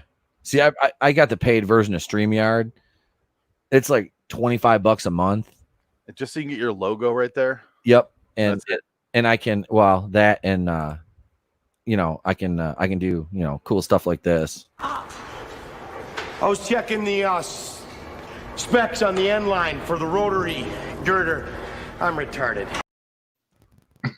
One of the greatest comedies of all time. And my personal favorite line in Seinfeld. Am I talking fucking Gordon Joe franchise? I'm sorry. He had a cut again. I'm checking my phone right now to see if he messaged me. He might have some. He's been having some connection issues out there, and Tony's having some issues too. So he'll be. He said he'll be back if he can. I'm used to hosting, so if you tell me to shut the fuck up, I'll be fine. Oh, you're fine, bro. Trust me. I'm like the one most of the time. It's like, am I fucking talking too much? It's like, I know it's my show, but am I fucking talking too much? I did want to say something. Yeah. I actually love the original Twilight Zone. And you're saying that this just came back out again? Is that what you're saying? And you're covering it extensively? Yeah, last year, Jordan Peele, you know, right? Jordan Peele. He created a new season on CBS All Access. It's not on CBS. It's just CBS All Access, which is like where you find Project Discovery or Picard, which are all 3 shows that are disappointing shows that were remakes from 1960s TV. Yeah, he remade it for 10 episodes. There's 3 really good ones. The rest are either okay or fucking terrible, where they're trying to preach to you, don't be a sexist male, don't be a homophobe, like, you know, that. Yeah. But the new season has been pretty fucking good so far. My favorite episode of the entire series of the new revamp version is on that. But if you're into Twilight Zone, go ahead and check it out. Season 2, it's worth it. Would you liken it to Black Mirror? It's very much Black Mirror. I don't like Black Mirror that much. It's a little too negative for me. As much as I like trash on shit, I am a positive person by nature. Yeah. I might not seem like it, but I really am. So when I watch my sci-fi, I want a little bit of here's how you should be, but also this is what could end up being, or here's what happened if you do it wrong, sort of thing. You know? Sure. You know, a little bit of murkiness. We're all picky here. Yep. Yeah. I want some murkiness, but the first season of the show is just like, you're here, here's a mirror, you're a piece of shit. Sorry. But the new season is like a little more nuanced, which is all I'm looking for in sci-fi. Sci-fi shouldn't be that black and white. It shouldn't Nuance. Nuance is all I'm looking for. Yeah. If you're into it, check out the new season and then watch season 1. You go, oh, that's what he's talking about. I will. And where do I catch this again? CBS All Access, unfortunately. Oh, I'm never going to see that. We must be talking about Twilight Zone. I'll look it up somehow on Twitter if you get a hold of me. LAWTZ review. That's for you, not the listeners. Fuck you. I don't want to sound like I'm pitching shit. I don't like pitching shit, but if you want the episodes, I can find a way to get a hold of you. But no, I will. I'll go through ETEP here. Yeah. Cool. Yeah, definitely do that. I will. Not worth paying for. Do not pay for CBS All Access. Copy that. You get 7 days free though, but don't do it. Okay. Too late. I already did. That's what everybody's telling me. Don't pay for Black Christmas. What'd you pay for it for, franchise? What'd you pay for it for? I forgot. It was a long time ago, but I got rid of it. But I didn't even know I was paying for it. That's the bean counters hope for that. They're like, oh, he's paying $7 a month. He's not paying attention. They're hoping for that. Yeah, exactly. How many years ago was that? I want to say it was probably 2 or 3 years ago when they first started. When it launched. Yeah. You need to get off that. Yeah, I got off that. I said no, because there's nothing on here that's worth watching right now. I don't want to watch Star Trek, so forget this. There's Star Trek sucks. Yeah, exactly. There's 3 shows I watch already before this, and they're all Star Trek, 2 Star Trek shows, or Twilight Zone, which is my second favorite show, and then all of them suck. So I don't want to pay CBS. Fuck you. No, I wouldn't. Yeah, I'm not giving Les Moonves any money. No. Or fucking Alex Kurtzman. Fuck you. Fuck. Oh, that guy. Nope. No, thank Can you. we nominate, like, you know, Time has Best Man of the Year? Can we do Time like Worst Man of the Year? Alex Kurtzman should be up there. Stupid fucking face. It's Kurtzman. It's always got to be Kurtzman. Not Ryan. Yeah. Well, hey. He just goes out saying. Speaking of that, all right, let me grab this article right here. This is from another one from our good friend. I believe this is another John F. Trent article over at Bounding Into Comics. Let's see here. See this? This guest director game. I had this set up specifically for Nerdy Blurb because this week's guest director is Guy Ritchie. So I had and Blurb is a huge Guy Ritchie fan, so I'm like, all right, cool. So we can make it a guy. So Guy Ritchie was going to have to redo The Last Jedi, but so oh, look, God damn it! Someone mentioned Adam, and I had to say it.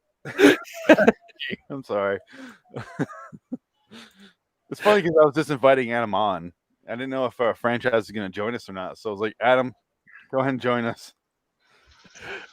Here we go, right here. Star Wars Jedi director Rian Johnson describes George Lucas prequel trilogy as children's movie about fascists. I think John. I think the editors picked the right picture to put next to this right here. Yeah, I was going to say, why is the picture not about the prequels? I know. This is this is John F. Trent. This is from today. Star Wars The Last Jedi director Rian Johnson recently described George Lucas prequel trilogy as children's movies about fascists. Oh, great. Tweet from Scott Malthouse, who stated, "Say a genuinely nice thing about the Star Wars prequels." I love the prequels. I mean, that's world building right there. Yeah, it's amazing. I love it. Yeah, dude. George Lucas. Now, as bad as Attack of the Clones is, I would still rather watch that over The Last Jedi any day, just because I love the clone army. I love seeing that develop, that whole storyline, and that was like Obi-Wan was like majorly featured in that movie. So is Count Dooku, which two of my favorite characters. Count Dooku is my favorite Star Wars character, so I was all about that movie. But see, Johnson responded writing, Lucas made a gorgeous 7-hour-long movie for children about how entitlement and fear of loss turns good people into fascists.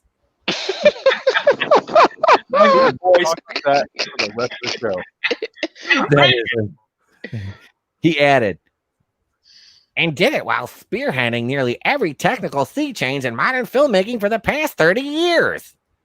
Go watch Knives Out. The protagonist can't lie. She throws up. Oh, goodness. Let's see. So Johnson's comments about Lucas' prequel trilogy came after a number of rumors indicate that Lucas did not like Johnson's The Last Jedi at all. Oh, I'm sure that just broke his little heart. A rumor from YouTuber Doomcock indicated that Lucas attended a screening of the film and said, I've made a terrible mistake. Yeah. Well, shit. I mean, I could have told you that after The Force Awakens. Hell yeah. Doomcock then detailed that Lucas was appalled, even more appalled than he was with The Force Awakens. See, I loved hearing that story about how Kathleen Kennedy screened The Force Awakens, and George is like, there's nothing new here. Like, well, what? Like every movie I improved, I built on things. Like, what are you doing here? A separate rumor from Bionic Woman producer Kamran Pasha. I don't know how to pronounce his name. Forgive me for. I'm sure I'm mispronouncing it. Details that Lucas hated The Last Jedi. Pasha told Geeks and Gamers host Jeremy Griggs, I don't have an internally knowledge. Is that supposed to be internal knowledge? Yeah, just typo. Okay. I was like, yeah, it's supposed to be internal knowledge. We're the editors here. I do have people who know George Lucas personally and well, who have said to me that he hates The Last Jedi and is horrified by what happened. Oh, George, he's sitting. I'm sure he's crying into stacks of $100 bills too. I have had people, screenwriters that have worked with Lucasfilm, that have told me directly that he hates it. Pasha elaborated. As for Lucas' official comments on the film, he issued a statement through his spokeswoman Connie Weatherington, who stated that George Lucas described the film as beautifully made. Now, in defense of The Last Jedi, and I can say this, in defense of The Last Jedi, on as far as cinematography goes, it was very well done. It was very visual. A lot of the space scenes were very visually stunning. Okay, I will say that they weren't brave, but they were stunning. I'll give them that. Mm-hmm. But no, there was a lot of good cinematography. There was. So I mean, that was the one good thing I can say about that movie. Weatherington also added, and in speaking with director Rian Johnson after viewing, was complimentary. Lucas had previously described Disney as white slavers in an interview with Charlie Rose in December 2015, and former Disney CEO Bob Iger detailed in his memoirs that Lucas reacted to The Force Awakens by saying, "There's nothing new." Iger explained, just prior to global release, Kathy screened The Force Awakens for George. He didn't hide his disappointment. There's nothing new, he said. In each of the films in the original trilogy, it was important to him to present new worlds, new stories, new characters, and new technologies. In this one, he said, there weren't enough visual or technical leaps forward. He wasn't wrong, but he also wasn't appreciating the pressure we were under to give ardent fans a film that felt quintessentially Star Wars, Iger added. Well, Bob, that's because you have people running Star Wars that don't know dick about Star Wars. So there's that, Bob. I mean, yeah, really. Do we need to talk about Solo? Iger continued, we'd intentionally create a world that was visually and tonally connected to the earlier films, to not stray too far from what people loved and expected. And George was criticizing us for the very thing we tried to do. That's funny. You've become the very thing you swore to destroy. He concluded, looking back with the perspective of several years and a few more Star Wars films, I believe J.J. Abrams achieved the near impossible, creating a perfect bridge between what had been, and what was to come. And what has he had? I'm asking myself that question too, and there's somebody else who was asking that question. I'm sure of it. I am sure somebody else wanted to know. They wanted to know because there's inquiring minds. Where's it at? I'm stalling. I want you to tell him what he has had. It's not ghetto. All I got to say, Ryan Johnson, man, I got two things for you. I would say one, but I got two. 2 chops to the throat. 2 chops to the damn throat. Take that, Leanne. Take that. I chose that. I just Disco Godfather. that fucking movie's greatness, dude. That movie is greatness. That is that. I need to buy that. I do. I need to buy that. That's one I wouldn't mind owning. What's his name? Bucky. Oh, Bucky. Yeah. Why has he had? What had Bucky had? Bucky. Call the ambulance. Go to ambulance. Something's wrong with Bucky. As Bucky's getting loaded into an ambulance. Club. Oh man! When he fights the two guys posing as the phone men. There's so many the fight sequences are so fucking hilarious in that movie. They're fucking great. Like the one on the dirt pile outside the construction site. There's the random goons. I look at someone's backyard. Yeah, it looked like it. Probably was. Is this a construction site or a back? No, this is somebody's backyard. They just threw some 2x4s and a couple cinder blocks down. Mounds of sand. I hate sand. It's coarse and it gets everywhere. Oh God! Don't Rough. I Better go on than there. Last Jedi. I turn off my Right. microphone because anything after Empire sucks. Oh, you don't like the prequels at all? I fucking hate the prequels. Okay. Oh man, bummer. Damn. What do you think about the sequels then? Better than the fucking prequels. Oh no. What? You had to be trolling. Did you? I know you trolling right now. Did you? No, I'm an average human. Did I you don't go like see? prequels. Did you go see the Rise of Skywalker? I didn't go see it, but I saw it. What did you think of that? I have to know. Piece of shit, but Yeah, it was. That's literally. It took me not even 5 minutes into the movie. The opening crawl starts and it's the dead speak. I'm like, oh, shut the fuck up. Before it started. I did. I was sitting in my seat. And I'm stoned as fuck, right? I was on the way to the theater. I was eating edibles in the car. I was eating one in the theater. I mean, my sister smoked a blunt before we left. My mom is with us. I leaned down to my sister who was a Last Jedi defender, and I leaned down to her when that opening crawl came on. I'm like, "Are you fucking serious?" And she goes like this. She goes. It was what I was like, holy! But that movie just it was MacGuffin, Deus Ex Machina, MacGuffin. It's hey, we have two random fucking cube, two identical MacGuffins. What I'm trying to think. There was a movie like that in the 90s where it's a sci-fi movie. So Phoenix will probably get this one, or Flipp maybe. I can't remember the name of it. It's Horizon. Was that the one where Jake Busey blew up the fucking gimmick? Was that it? No, that sounds like Starship Troopers. No, it was, they had some fucking big contraption built, and the bad guy blew it up. But luckily, they had another one on the other side of the fucking on the other side. I'm trying to think of the name of it. Stewie talked about it in Family Guy. Oh God! What? Describe the movie. It was I want to say it was Gary Busey or Jake Busey that was in it, and it was I think he was the villain. And they the Troopers 2? No, Retroactive? it was like a mainstream type movie. I don't know. Jake Busey? It sounds familiar. I know my Buseys. I'll have to find the Family Guy episode because it's the fucking Stephen King one where Stewie's playing the chick from Misery, the Kathy Bates role, because he's and what's his name, and they blew it up, and it was Jake Cockadoodie Busey.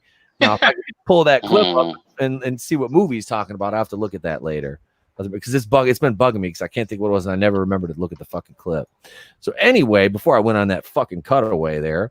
We were talking about Rian Johnson in The Last Jedi and how he thought the prequels were a great children's movie about fascists.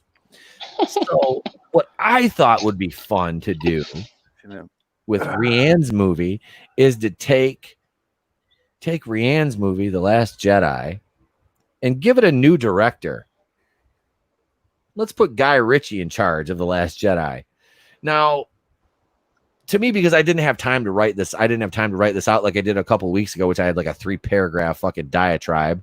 I think that basically what Guy Ritchie would do is it would be Snatch in outer space.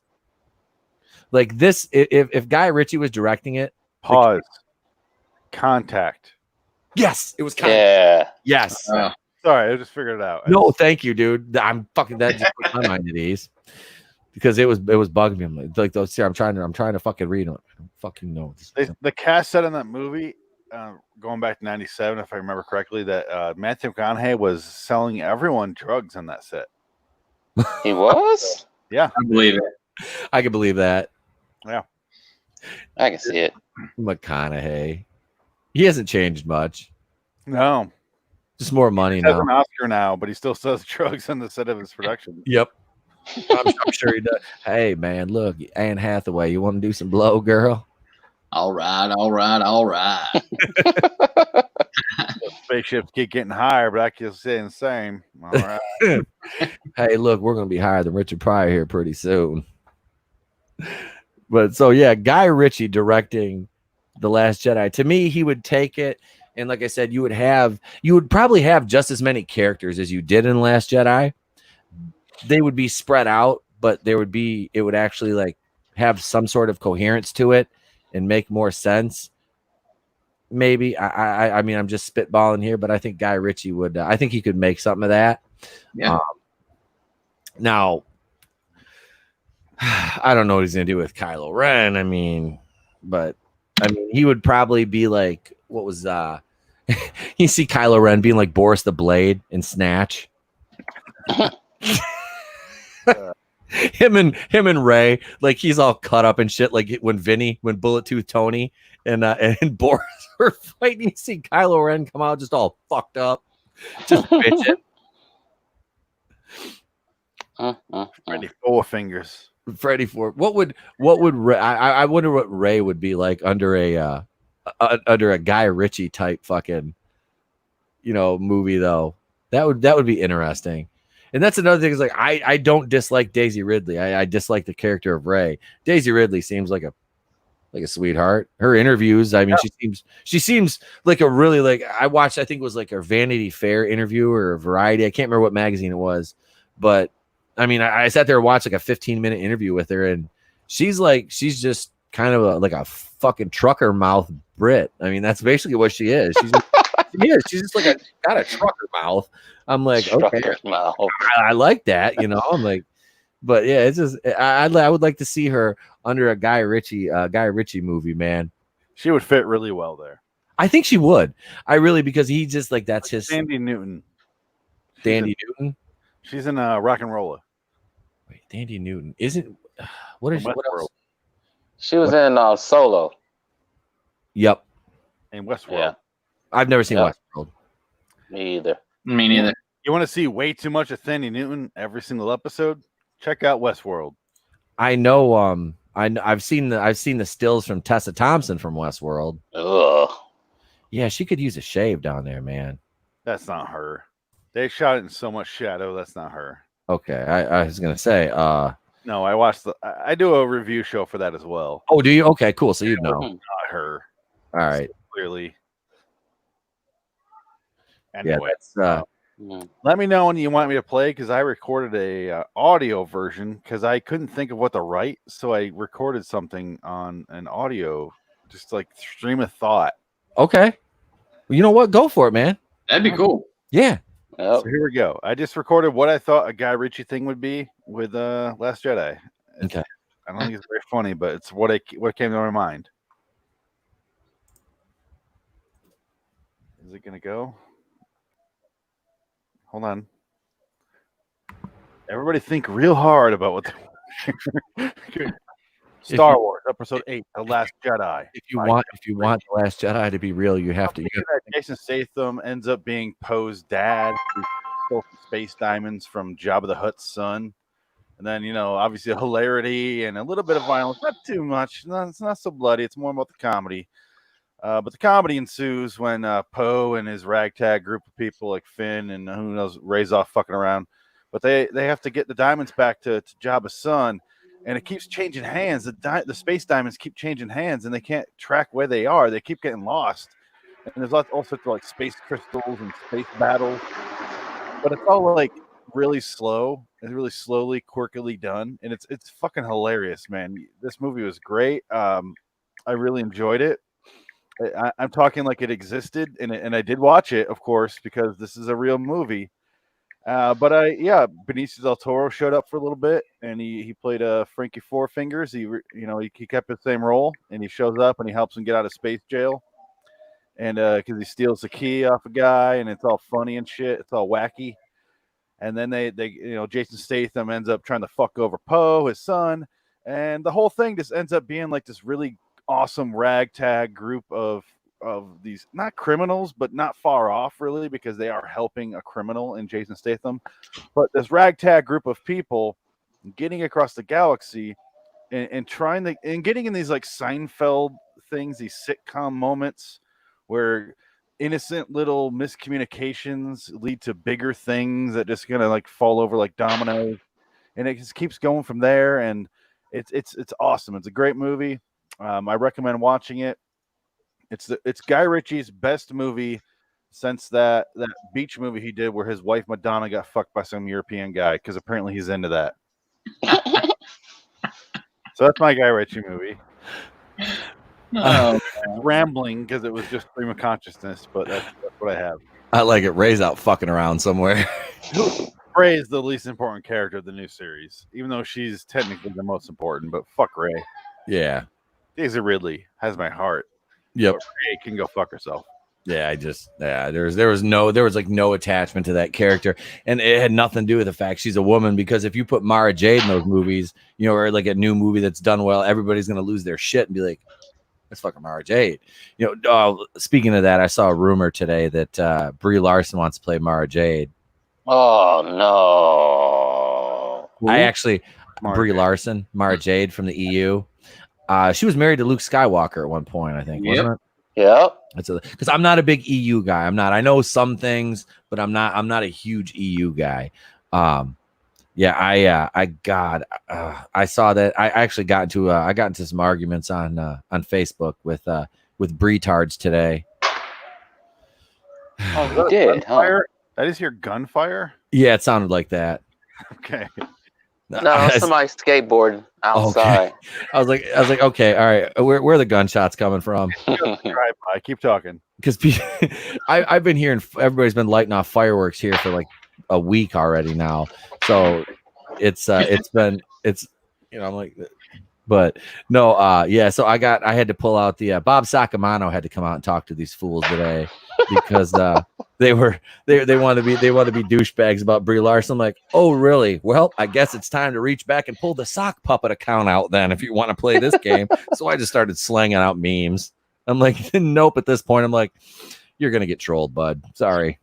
She just says shit sometimes to piss everybody off. That's all. That's it, man. It's like, and I've had this discussion before about Brie Larson with other people. It's like, I guarantee you, if you sat down and talked to her, she's probably like a down to earth, like honest, like sweet person.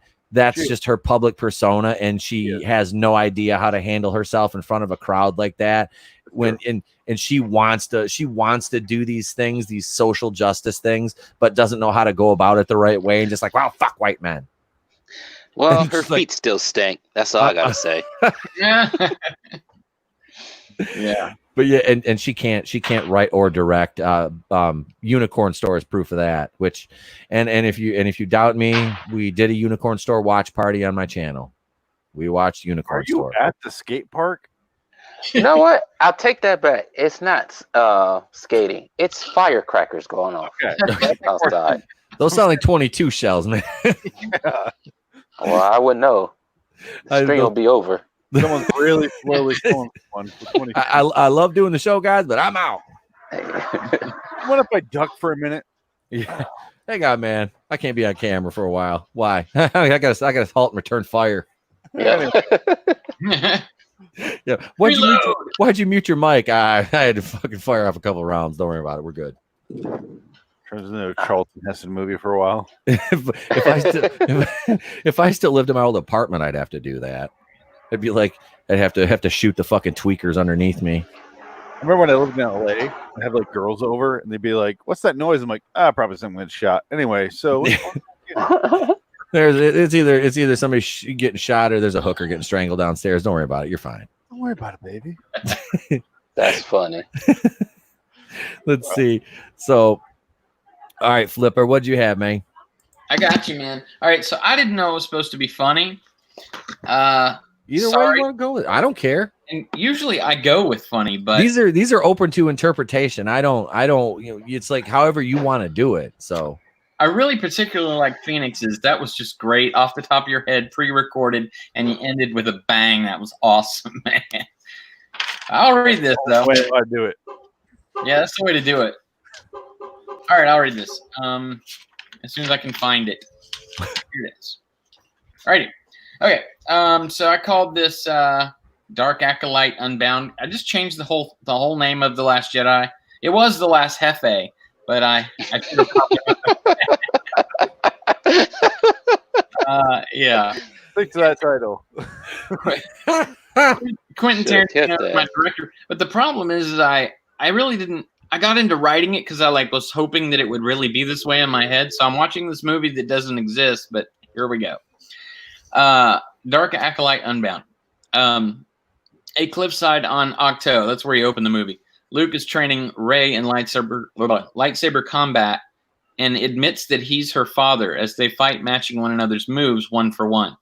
Rey is suddenly distracted by this and asks to stop the fight, saying, "What?" And Luke force pushes her off a cliff. She falls a few stories, but then realizes she can use the Force to guide herself to a soft landing 300 feet below the rocky shore. There's only two pages. Big writing. It's not long. Last one. Turning to look up, Luke is already landing behind her. Lightsabers lock immediately. Rey, enraged, eyes glowing red, screams stop as the ground shakes and stones rise up all around them. The saber hums a little differently as they pause and both cut power at the same time. Suddenly, First Order ships break through the atmosphere, cracking the sound barrier. Luke grabs Rey's hand. We have to go. Rey is screaming, What were you saying? Luke says, no time. We'll discuss it on the way. They run into the Falcon. Chewie is ready, and R2 is plugged in. Shields up, Luke screams as he jumps in the pilot seat. And blasts of firepower rain down on them. Auto-fire cannons begin strafing at the sky, hitting one, maybe two TIE fighters. Luke pilots and Chewie co-pilots. A super fast chase scene ensues across the water, close to the water itself. The Falcon is too fast for all of them except Kylo's ship in close pursuit. Closer and closer to the water they speed until the Falcon stops by doing a loop and diving into the depths of the sea. Kylo's ship is able to follow, but isn't fitted for the pressure. So he stops in shallow depth as the Falcon continues its descent. They got away. This sounds way better than what we saw. Mm-hmm. Yeah, stop you right there. Yeah, way better. It just was off the top of my head. Given some time, I'd love to actually do this. It was kind of fun. Yeah, sorry, I've been interrupted. Oh, you're good. Underwater city, no Gungans. Rey and Luke have a quiet moment. Luke believed her dead. As a young child, a Sith Lord stole her in the night, killing his wife Mara. Ben gave pursuit as he caught up to the Sith. Ben gave into the dark side and murdered the Sith, but never having regained himself. The hate overtook him and believed that Luke had failed his daughter. He became Kylo Ren, a name he monikered from a long-dead Sith Lord. It was unknown what had happened to Luke's daughter, as he had spent all of his years looking for her, and that search led him to Octo. He has the ability to see the future, but only so far. Clearly, going to Octo was correct, as the Force led him there and to her, ultimately. Her true name is Elena, and that was the name Han had suggested when he became her godfather.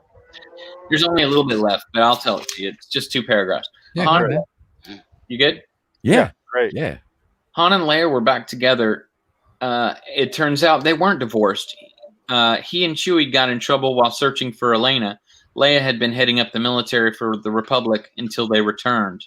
Luke and Rey met I picked a name for the weird underwater creatures. Luke and Rey met the Mirana that were part piranha and part humanoid.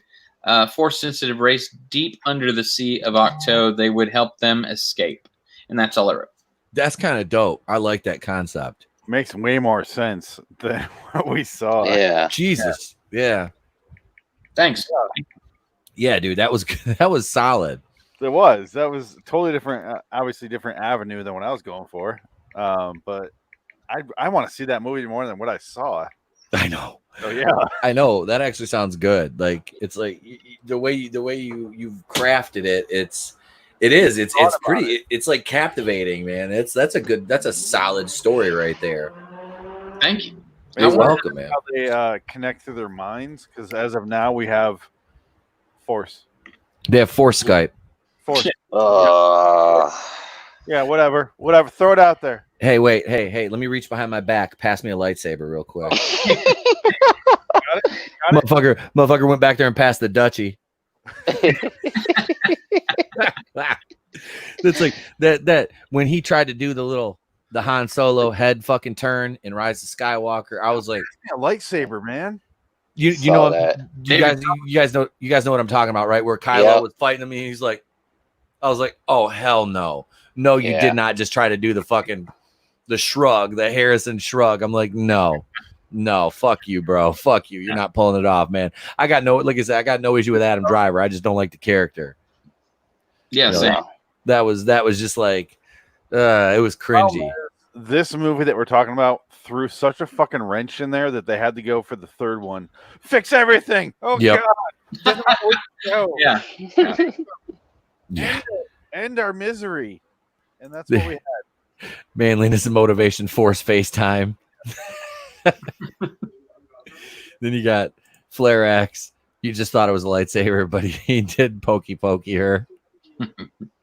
Your lightsaber is digging into my hip. I don't have a lightsaber.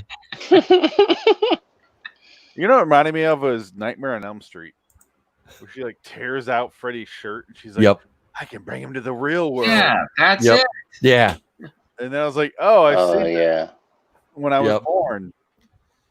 Like that was Wes Craven's New Nightmare, wasn't it? No, that was the first one. Was it the first one she did that? It was in was the first one, because Dream Warrior? I didn't realize I could bring him to the real world. She rigged up a room Home Alone style, and then she brought him back. Yeah, that was the first one, because they were like brawling in the living room and shit. Yeah. Yep. Okay. All right. Yep. I haven't watched those in a long time. I've got the entire Friday the 13th fucking series, but I don't have Nightmare on Elm Street yet. You watch one, you watch New Nightmare, and you're good. You're good for life. You can skip the rest. I like part 3, dude. Dream Warriors. Fine. Frank part 3. The Dream Child was kind of Roseanne Barr and Tom Arnold. No, thank you. Yeah. Holy shit! They did make a fucking cameo. Oh my god. They did. See, I haven't watched any of the Nightmare on Elm Street movies. The last one I saw was the 2009. That remake? It was. Yeah. He's a peddler. He's a diddler. Yeah. Yep. Because that was the same year they rebooted Friday the 13th, and both of them fucking sucked. No, it was like 2013. Nightmare on Elm Street was 2013? I thought that was 09. No, 09 for Nightmare, but I think that Friday the 13th was like 2013, wasn't it? I think you got it backwards. No, I don't think I do I? Friday the 13th. Dig it up. Movie reboot. 2009. Yep. When's the Friday one? 2010. Yeah, it's probably like a year after. Yeah. So they were in the same ballpark, man. It's been 10 fucking years since that came out. Friday the 13th one was so non-memorable. At least I remember the stupid shit from the Freddy remake, but the Friday the 13th, nothing. Okay. I remember nothing. The Friday the 13th reboot was like just trope. That's all it was. That's all. You got to see Willa Ford's tits, which is nice, because who doesn't want to see Ford? Willa Ford? She was a singer. She sang. She had one song called "I Want to Be Bad," and she was like dating like some. Back in the day, it was like she was dating. The dude was like a big time actor in the early 2000s. She was in Maxim and shit. She's sexy. She didn't really release many records, but all right. So that being said, I'm going to segue into this so we don't really run into too much overtime here. We have. Well, this would have been this. See, Steve's got a bye for the Seinfeld trivia. So this is going to come down to Flipp versus Phoenix. Steve, you can play along if you want to. I'll try. I'm going to fail. This is going to determine who goes to the semifinal round of the Seinfeld Invitational 2020 edition here. This is Happy Gilmore. Subway Invitational. The Subway Invitational. I'm Vern Lundquist. Happy, you will not make this putt, you jackass. That dude, what the hell is that guy's name? Happy Jacket. All right. So without further ado, here we go. Let's see. What does Elaine have that Chef Gail Cunningham wants? I'll throw a hint out there right now. Elaine gets mad and says, "Don't talk about my blank." Dancing? You have panties? You mean the ones her mother laid out for her? There's another Seinfeld reference right there. Shoes? Yes. Phoenix said shoes. Word. And in particular, they were Botticelli shoes. No idea. Okay. So Phoenix has got one right now. I pictured 90s, very cliche. What does she have that another woman wants?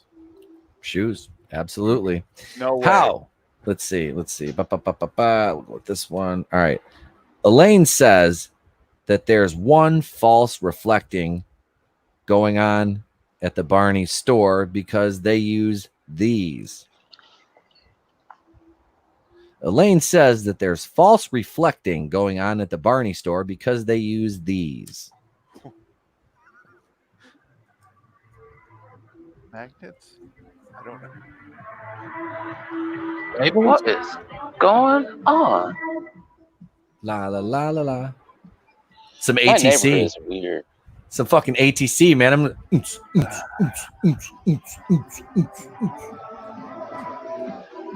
I used to do ecstasy to this song.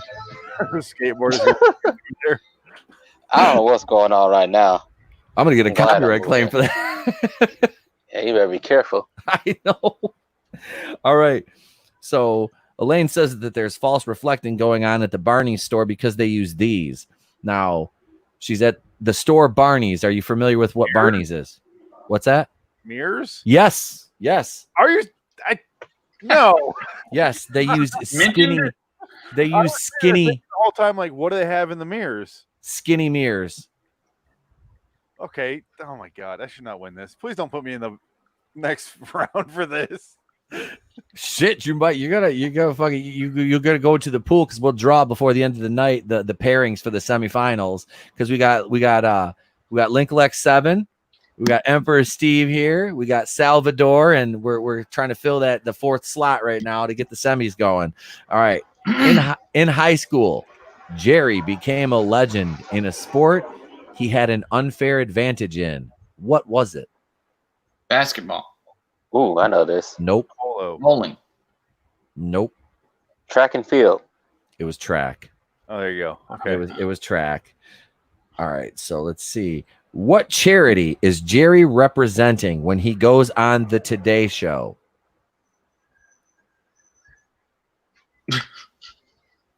It's still a very prominent charity. They accept donations. Jerry Lee Lewis or Jerry Lewis? Okay, it's a Are you in the middle of the street? It's I'm right outside my balcony. it's an organization with they have storefronts too. What charity is Jerry representing when he goes on to the Today Show? They accept donations, they have stores.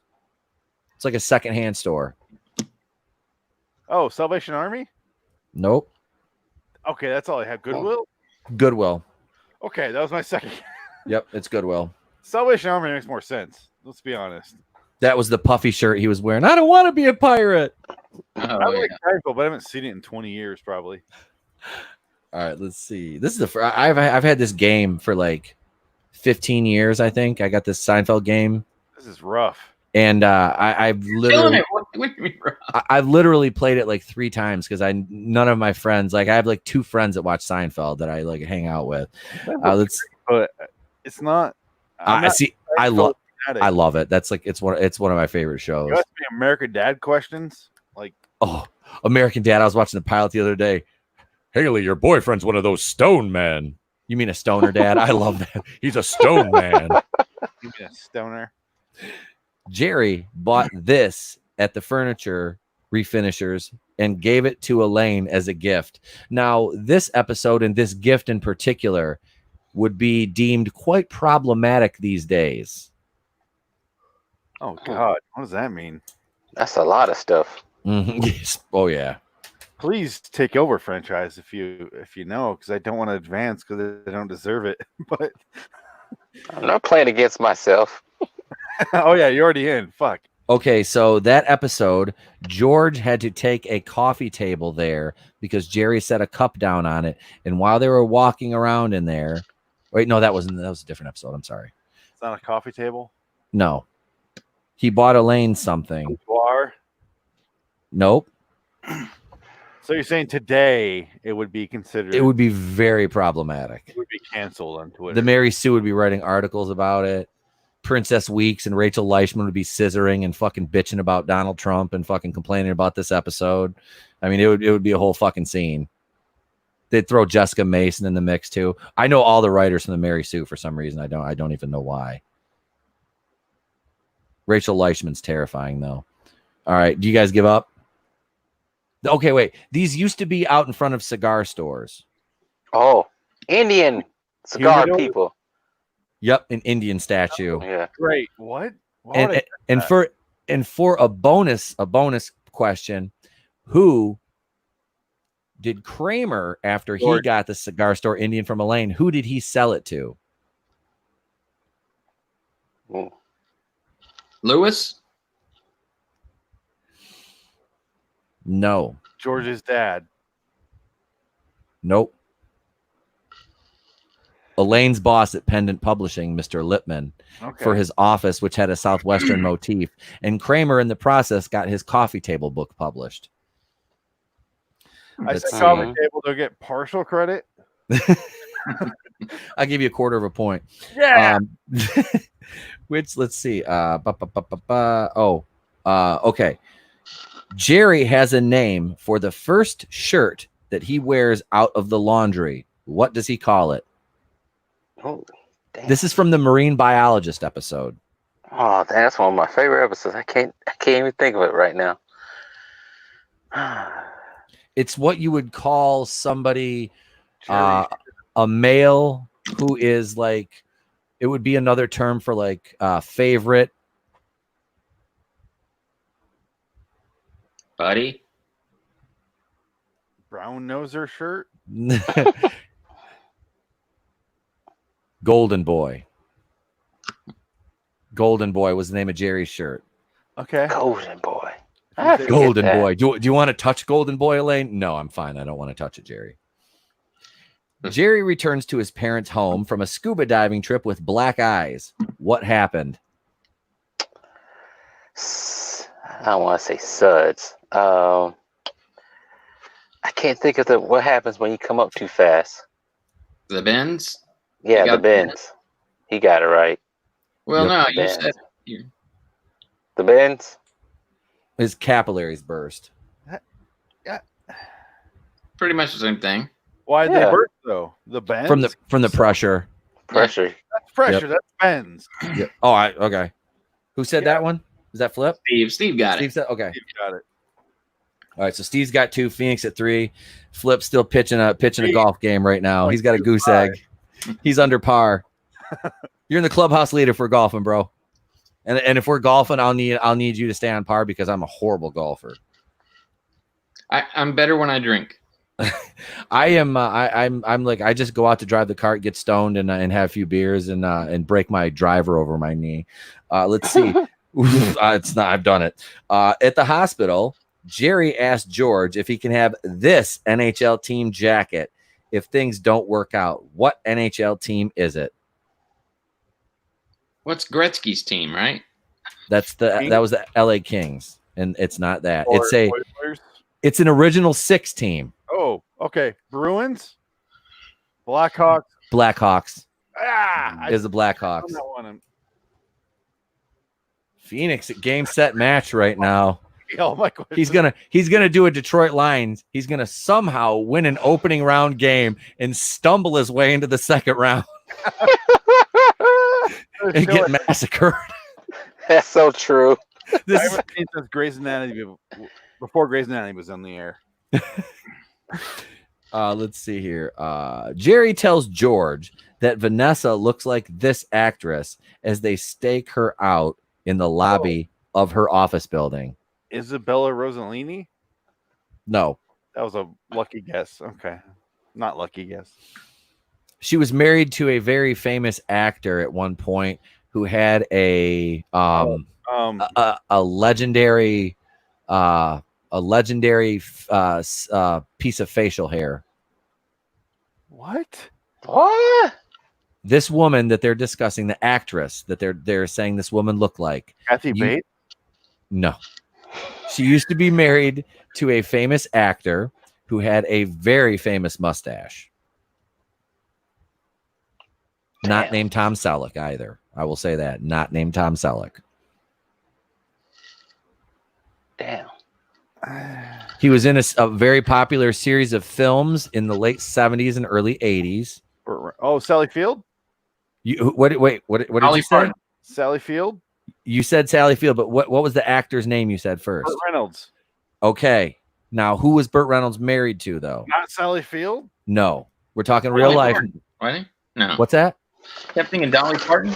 Nope.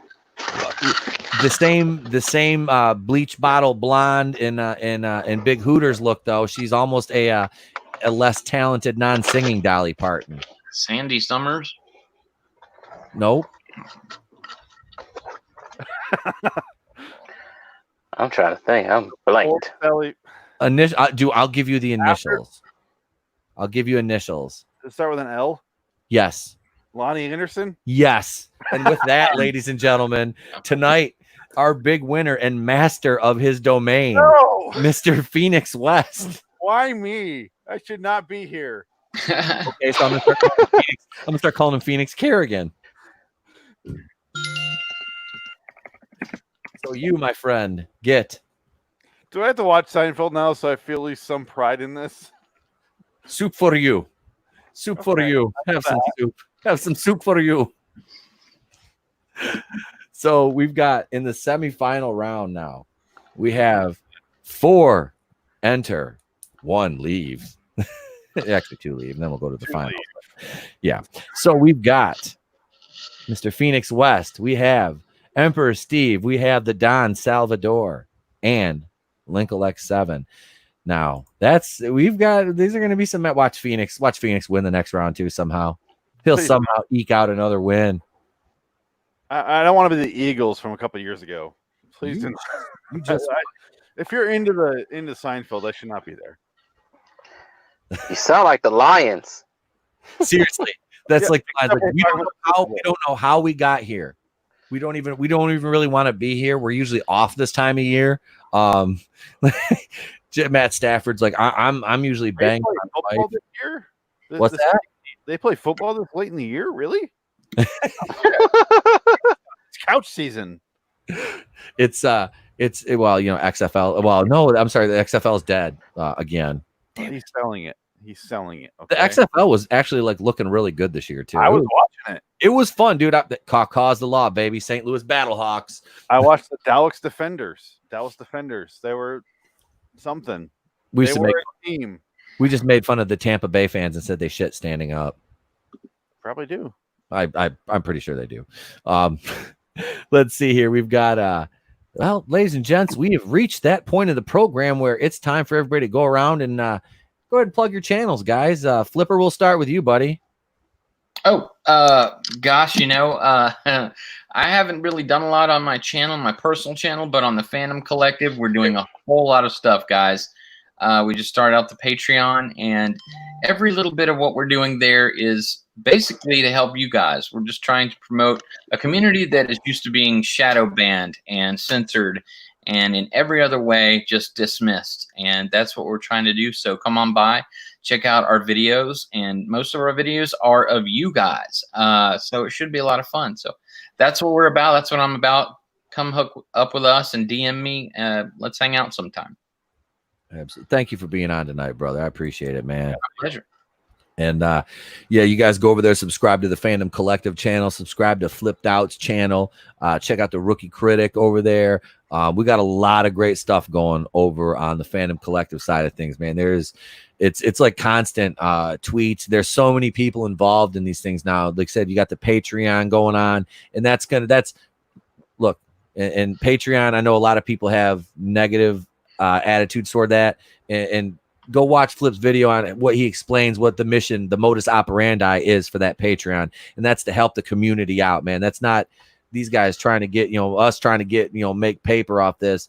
We want to build this community up and this platform and everything. So I thank these guys for letting me be part of it. It's been, I do too. You guys just did an episode on me. Hey man. Yeah. That was like, I was like, I had to do a creator spotlight, and I'm like, I don't want to act like I'm doing fair, but I'm like, I want to give, like my boys that have like smaller channels a rub, and, throw them. Like I did one on Fatal J, and he has like 2,000 subs. I'm just like, because Fatal J has always been cool with me, and I know we haven't worked together in a while. I'm like, I'm going to give him a shout out, man. He's a good dude, yeah, he's a super cool guy. He's got a great channel. Like I said, I did one on Phoenix. I did one. Like I said, I'm trying to go around, like, and I want to get to Steve, and I want to get to Tony. These guys, Cody. Let's get these guys over the 100 mark, because that first 100 it's a bitch. Once you get over that, it's 6 years, 7 years to get over 100. Now it's starting to pick up. Oh my god! When I first met Phoenix, Adam was like, "Hey, we're having this guy Phoenix West, and he's a comedian. Go check out his channel." I'm like, "Okay, I'll go watch his channel." I watched like the Things That Will Burn in Hell was like one of those videos was like one of the first things I watched, and I was fucking dying. I was dying. I'm like, holy! And I look, he has like 80 subs. I'm like, how the hell does this guy have? Like, I expected like a couple hundred at least. I go, how the fuck does he have 80? Like, no way. I'm like, so we had him on. Like, let's start getting this guy some subs, man. Like, because he's funny. So I've done the Tales from the Crypt. I've done the Tales from the Crypt show with you too, and that was as bad as that show. You're about due on, by the way. What's that? You're about due on that show. We're starting to do it live every Tuesdays now. Not every, but okay. Other. So we're gonna take a while off. Yeah. Because we're new 2019 Twilight Zone came out season 2. So we're taking time off, but I'd love to have you on again for Tales from the Crypt, because it is insanity. It was fun. It was fun. Speaking of which, go ahead and speaking of your channel, go ahead and go over here. Yeah. With those beautiful eyes, and tell us what you got coming up. LAWstudios.com is the main hub for all of our podcasts and videos. Lord and Wonderland Studios on YouTube, patreon.com/Lord and Wonderland Studios. We do LAW Twilight Zone Review, Tales from the Crypt, Westworld, American Horror Story, Walking Dead. I do a bunch of TV show reviews. I don't keep up with them as much as I should, but if you're into those shows, go ahead and check them out. Send us a shout out. Lord and Wonderland, Loitering in Wonderland. Oh, is it LAW Studios on Twitter, right? Yeah. That one. Yep. But yeah. Any feedback, any suggestions? More than happy to take them. I'm a whore. I'll do whatever. I'll do whatever you need, whatever you want, Daddy. Anything you want, go ahead and get us a hold of us there. I do want to mention one thing on the show is our LAW the Twilight Zone Review, LAW the TZ Review on Twitter. We're doing a poll. We're narrowing down every episode of Twilight Zone, 156 episodes down to 1. Right now we're at the final round, so it's 2 episodes. They're battling it out. If you want to go ahead and contribute to that, LAW the Twilight Zone Review. So LAW the TZ Review, I think is what the Twitter feed is. Go ahead and vote, because it's a massive poll. I put a lot of work into it. I'd like some payoff to it. We're gonna do a review for that episode that wins at the end of whenever we finish the new season. That's all I got. I need to check out your American Horror Story reviews because I love that show. I haven't done season 9 yet. I have not gotten there. Yeah, this one was great because it was a slasher type season. So I'm looking forward to it, but some reason to just keep putting it off. Yep. It's all good. And last but certainly not least, ladies and gentlemen, Emperor Steve from Franchise History TV, and I posted a link to your video to your channel in the chat too. So look at him, he's handsome.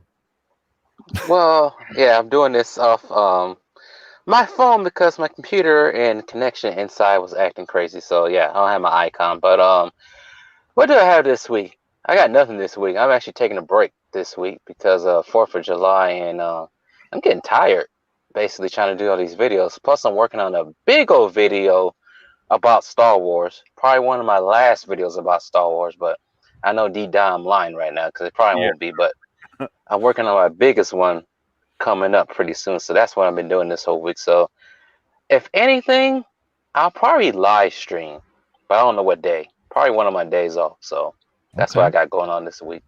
Well, thank you, man. Thank you for coming in last minute. I appreciate it, brother. Yep. Tony fell off. So. Yep, he was having some issues with his connection and stuff, so he had to bounce. But yeah, and I was kind of, like I said, I was bummed Blurb had to take off, but I do understand the having a small child thing. That's I understand. But I guess that's it, ladies and gents. I'd like to thank, man, everybody in the chat. Hey, Raiders Lost Flicks just showed up. Flare X, Keely Chow, man. Keely Chow is a super fan of the channel over here. He got him and Admiral Tiberius got sent a Place to Be Reviews care pack. Keely Chow won our first giveaway. He got a vintage, still in the package, NWO Wolfpack flag, Place to Be Reviews sticker, and a Pete Daddy Dollar wrestling trading card, which ain't worth the paper it's printed on, but it's me, it's PDD, back when I used to be fit, not fat. So, but thank everybody for showing up tonight, man. I appreciate you guys being here every Monday night in the chat. I'd say Flare X, Raiders, Admiral Tiberius, Keely Chow, Salvador. Thank you, brother. Manliness and motivation. Wes, you're awesome. I'd like to thank everybody. Leo Red, you guys rock, man. Thank you so much for being here.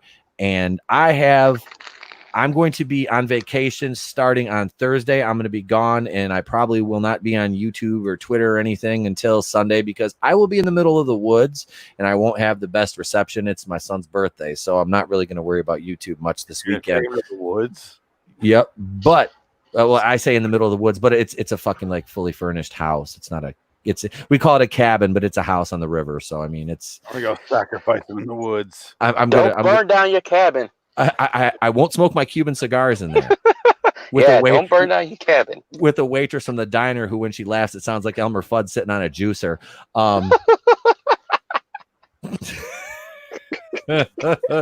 glad you get that. Oh man! But yeah, so I will have videos coming out all weekend though, as I'm going to do a bunch of recording between tomorrow and Thursday when I leave town. So I'm going to be sitting at my desk, probably getting my ass getting even fatter, recording videos for you guys. So you'll have stuff over the weekend. And that's it, guys. Thank you. I love you. Thank you for tuning in, man. And I am Itepo to the Place to Be Reviews. I have been here with all yous. And what do I say at the end of every show? I say, if I don't see you, have a great day, a pleasant tomorrow. Be good and be good to each other.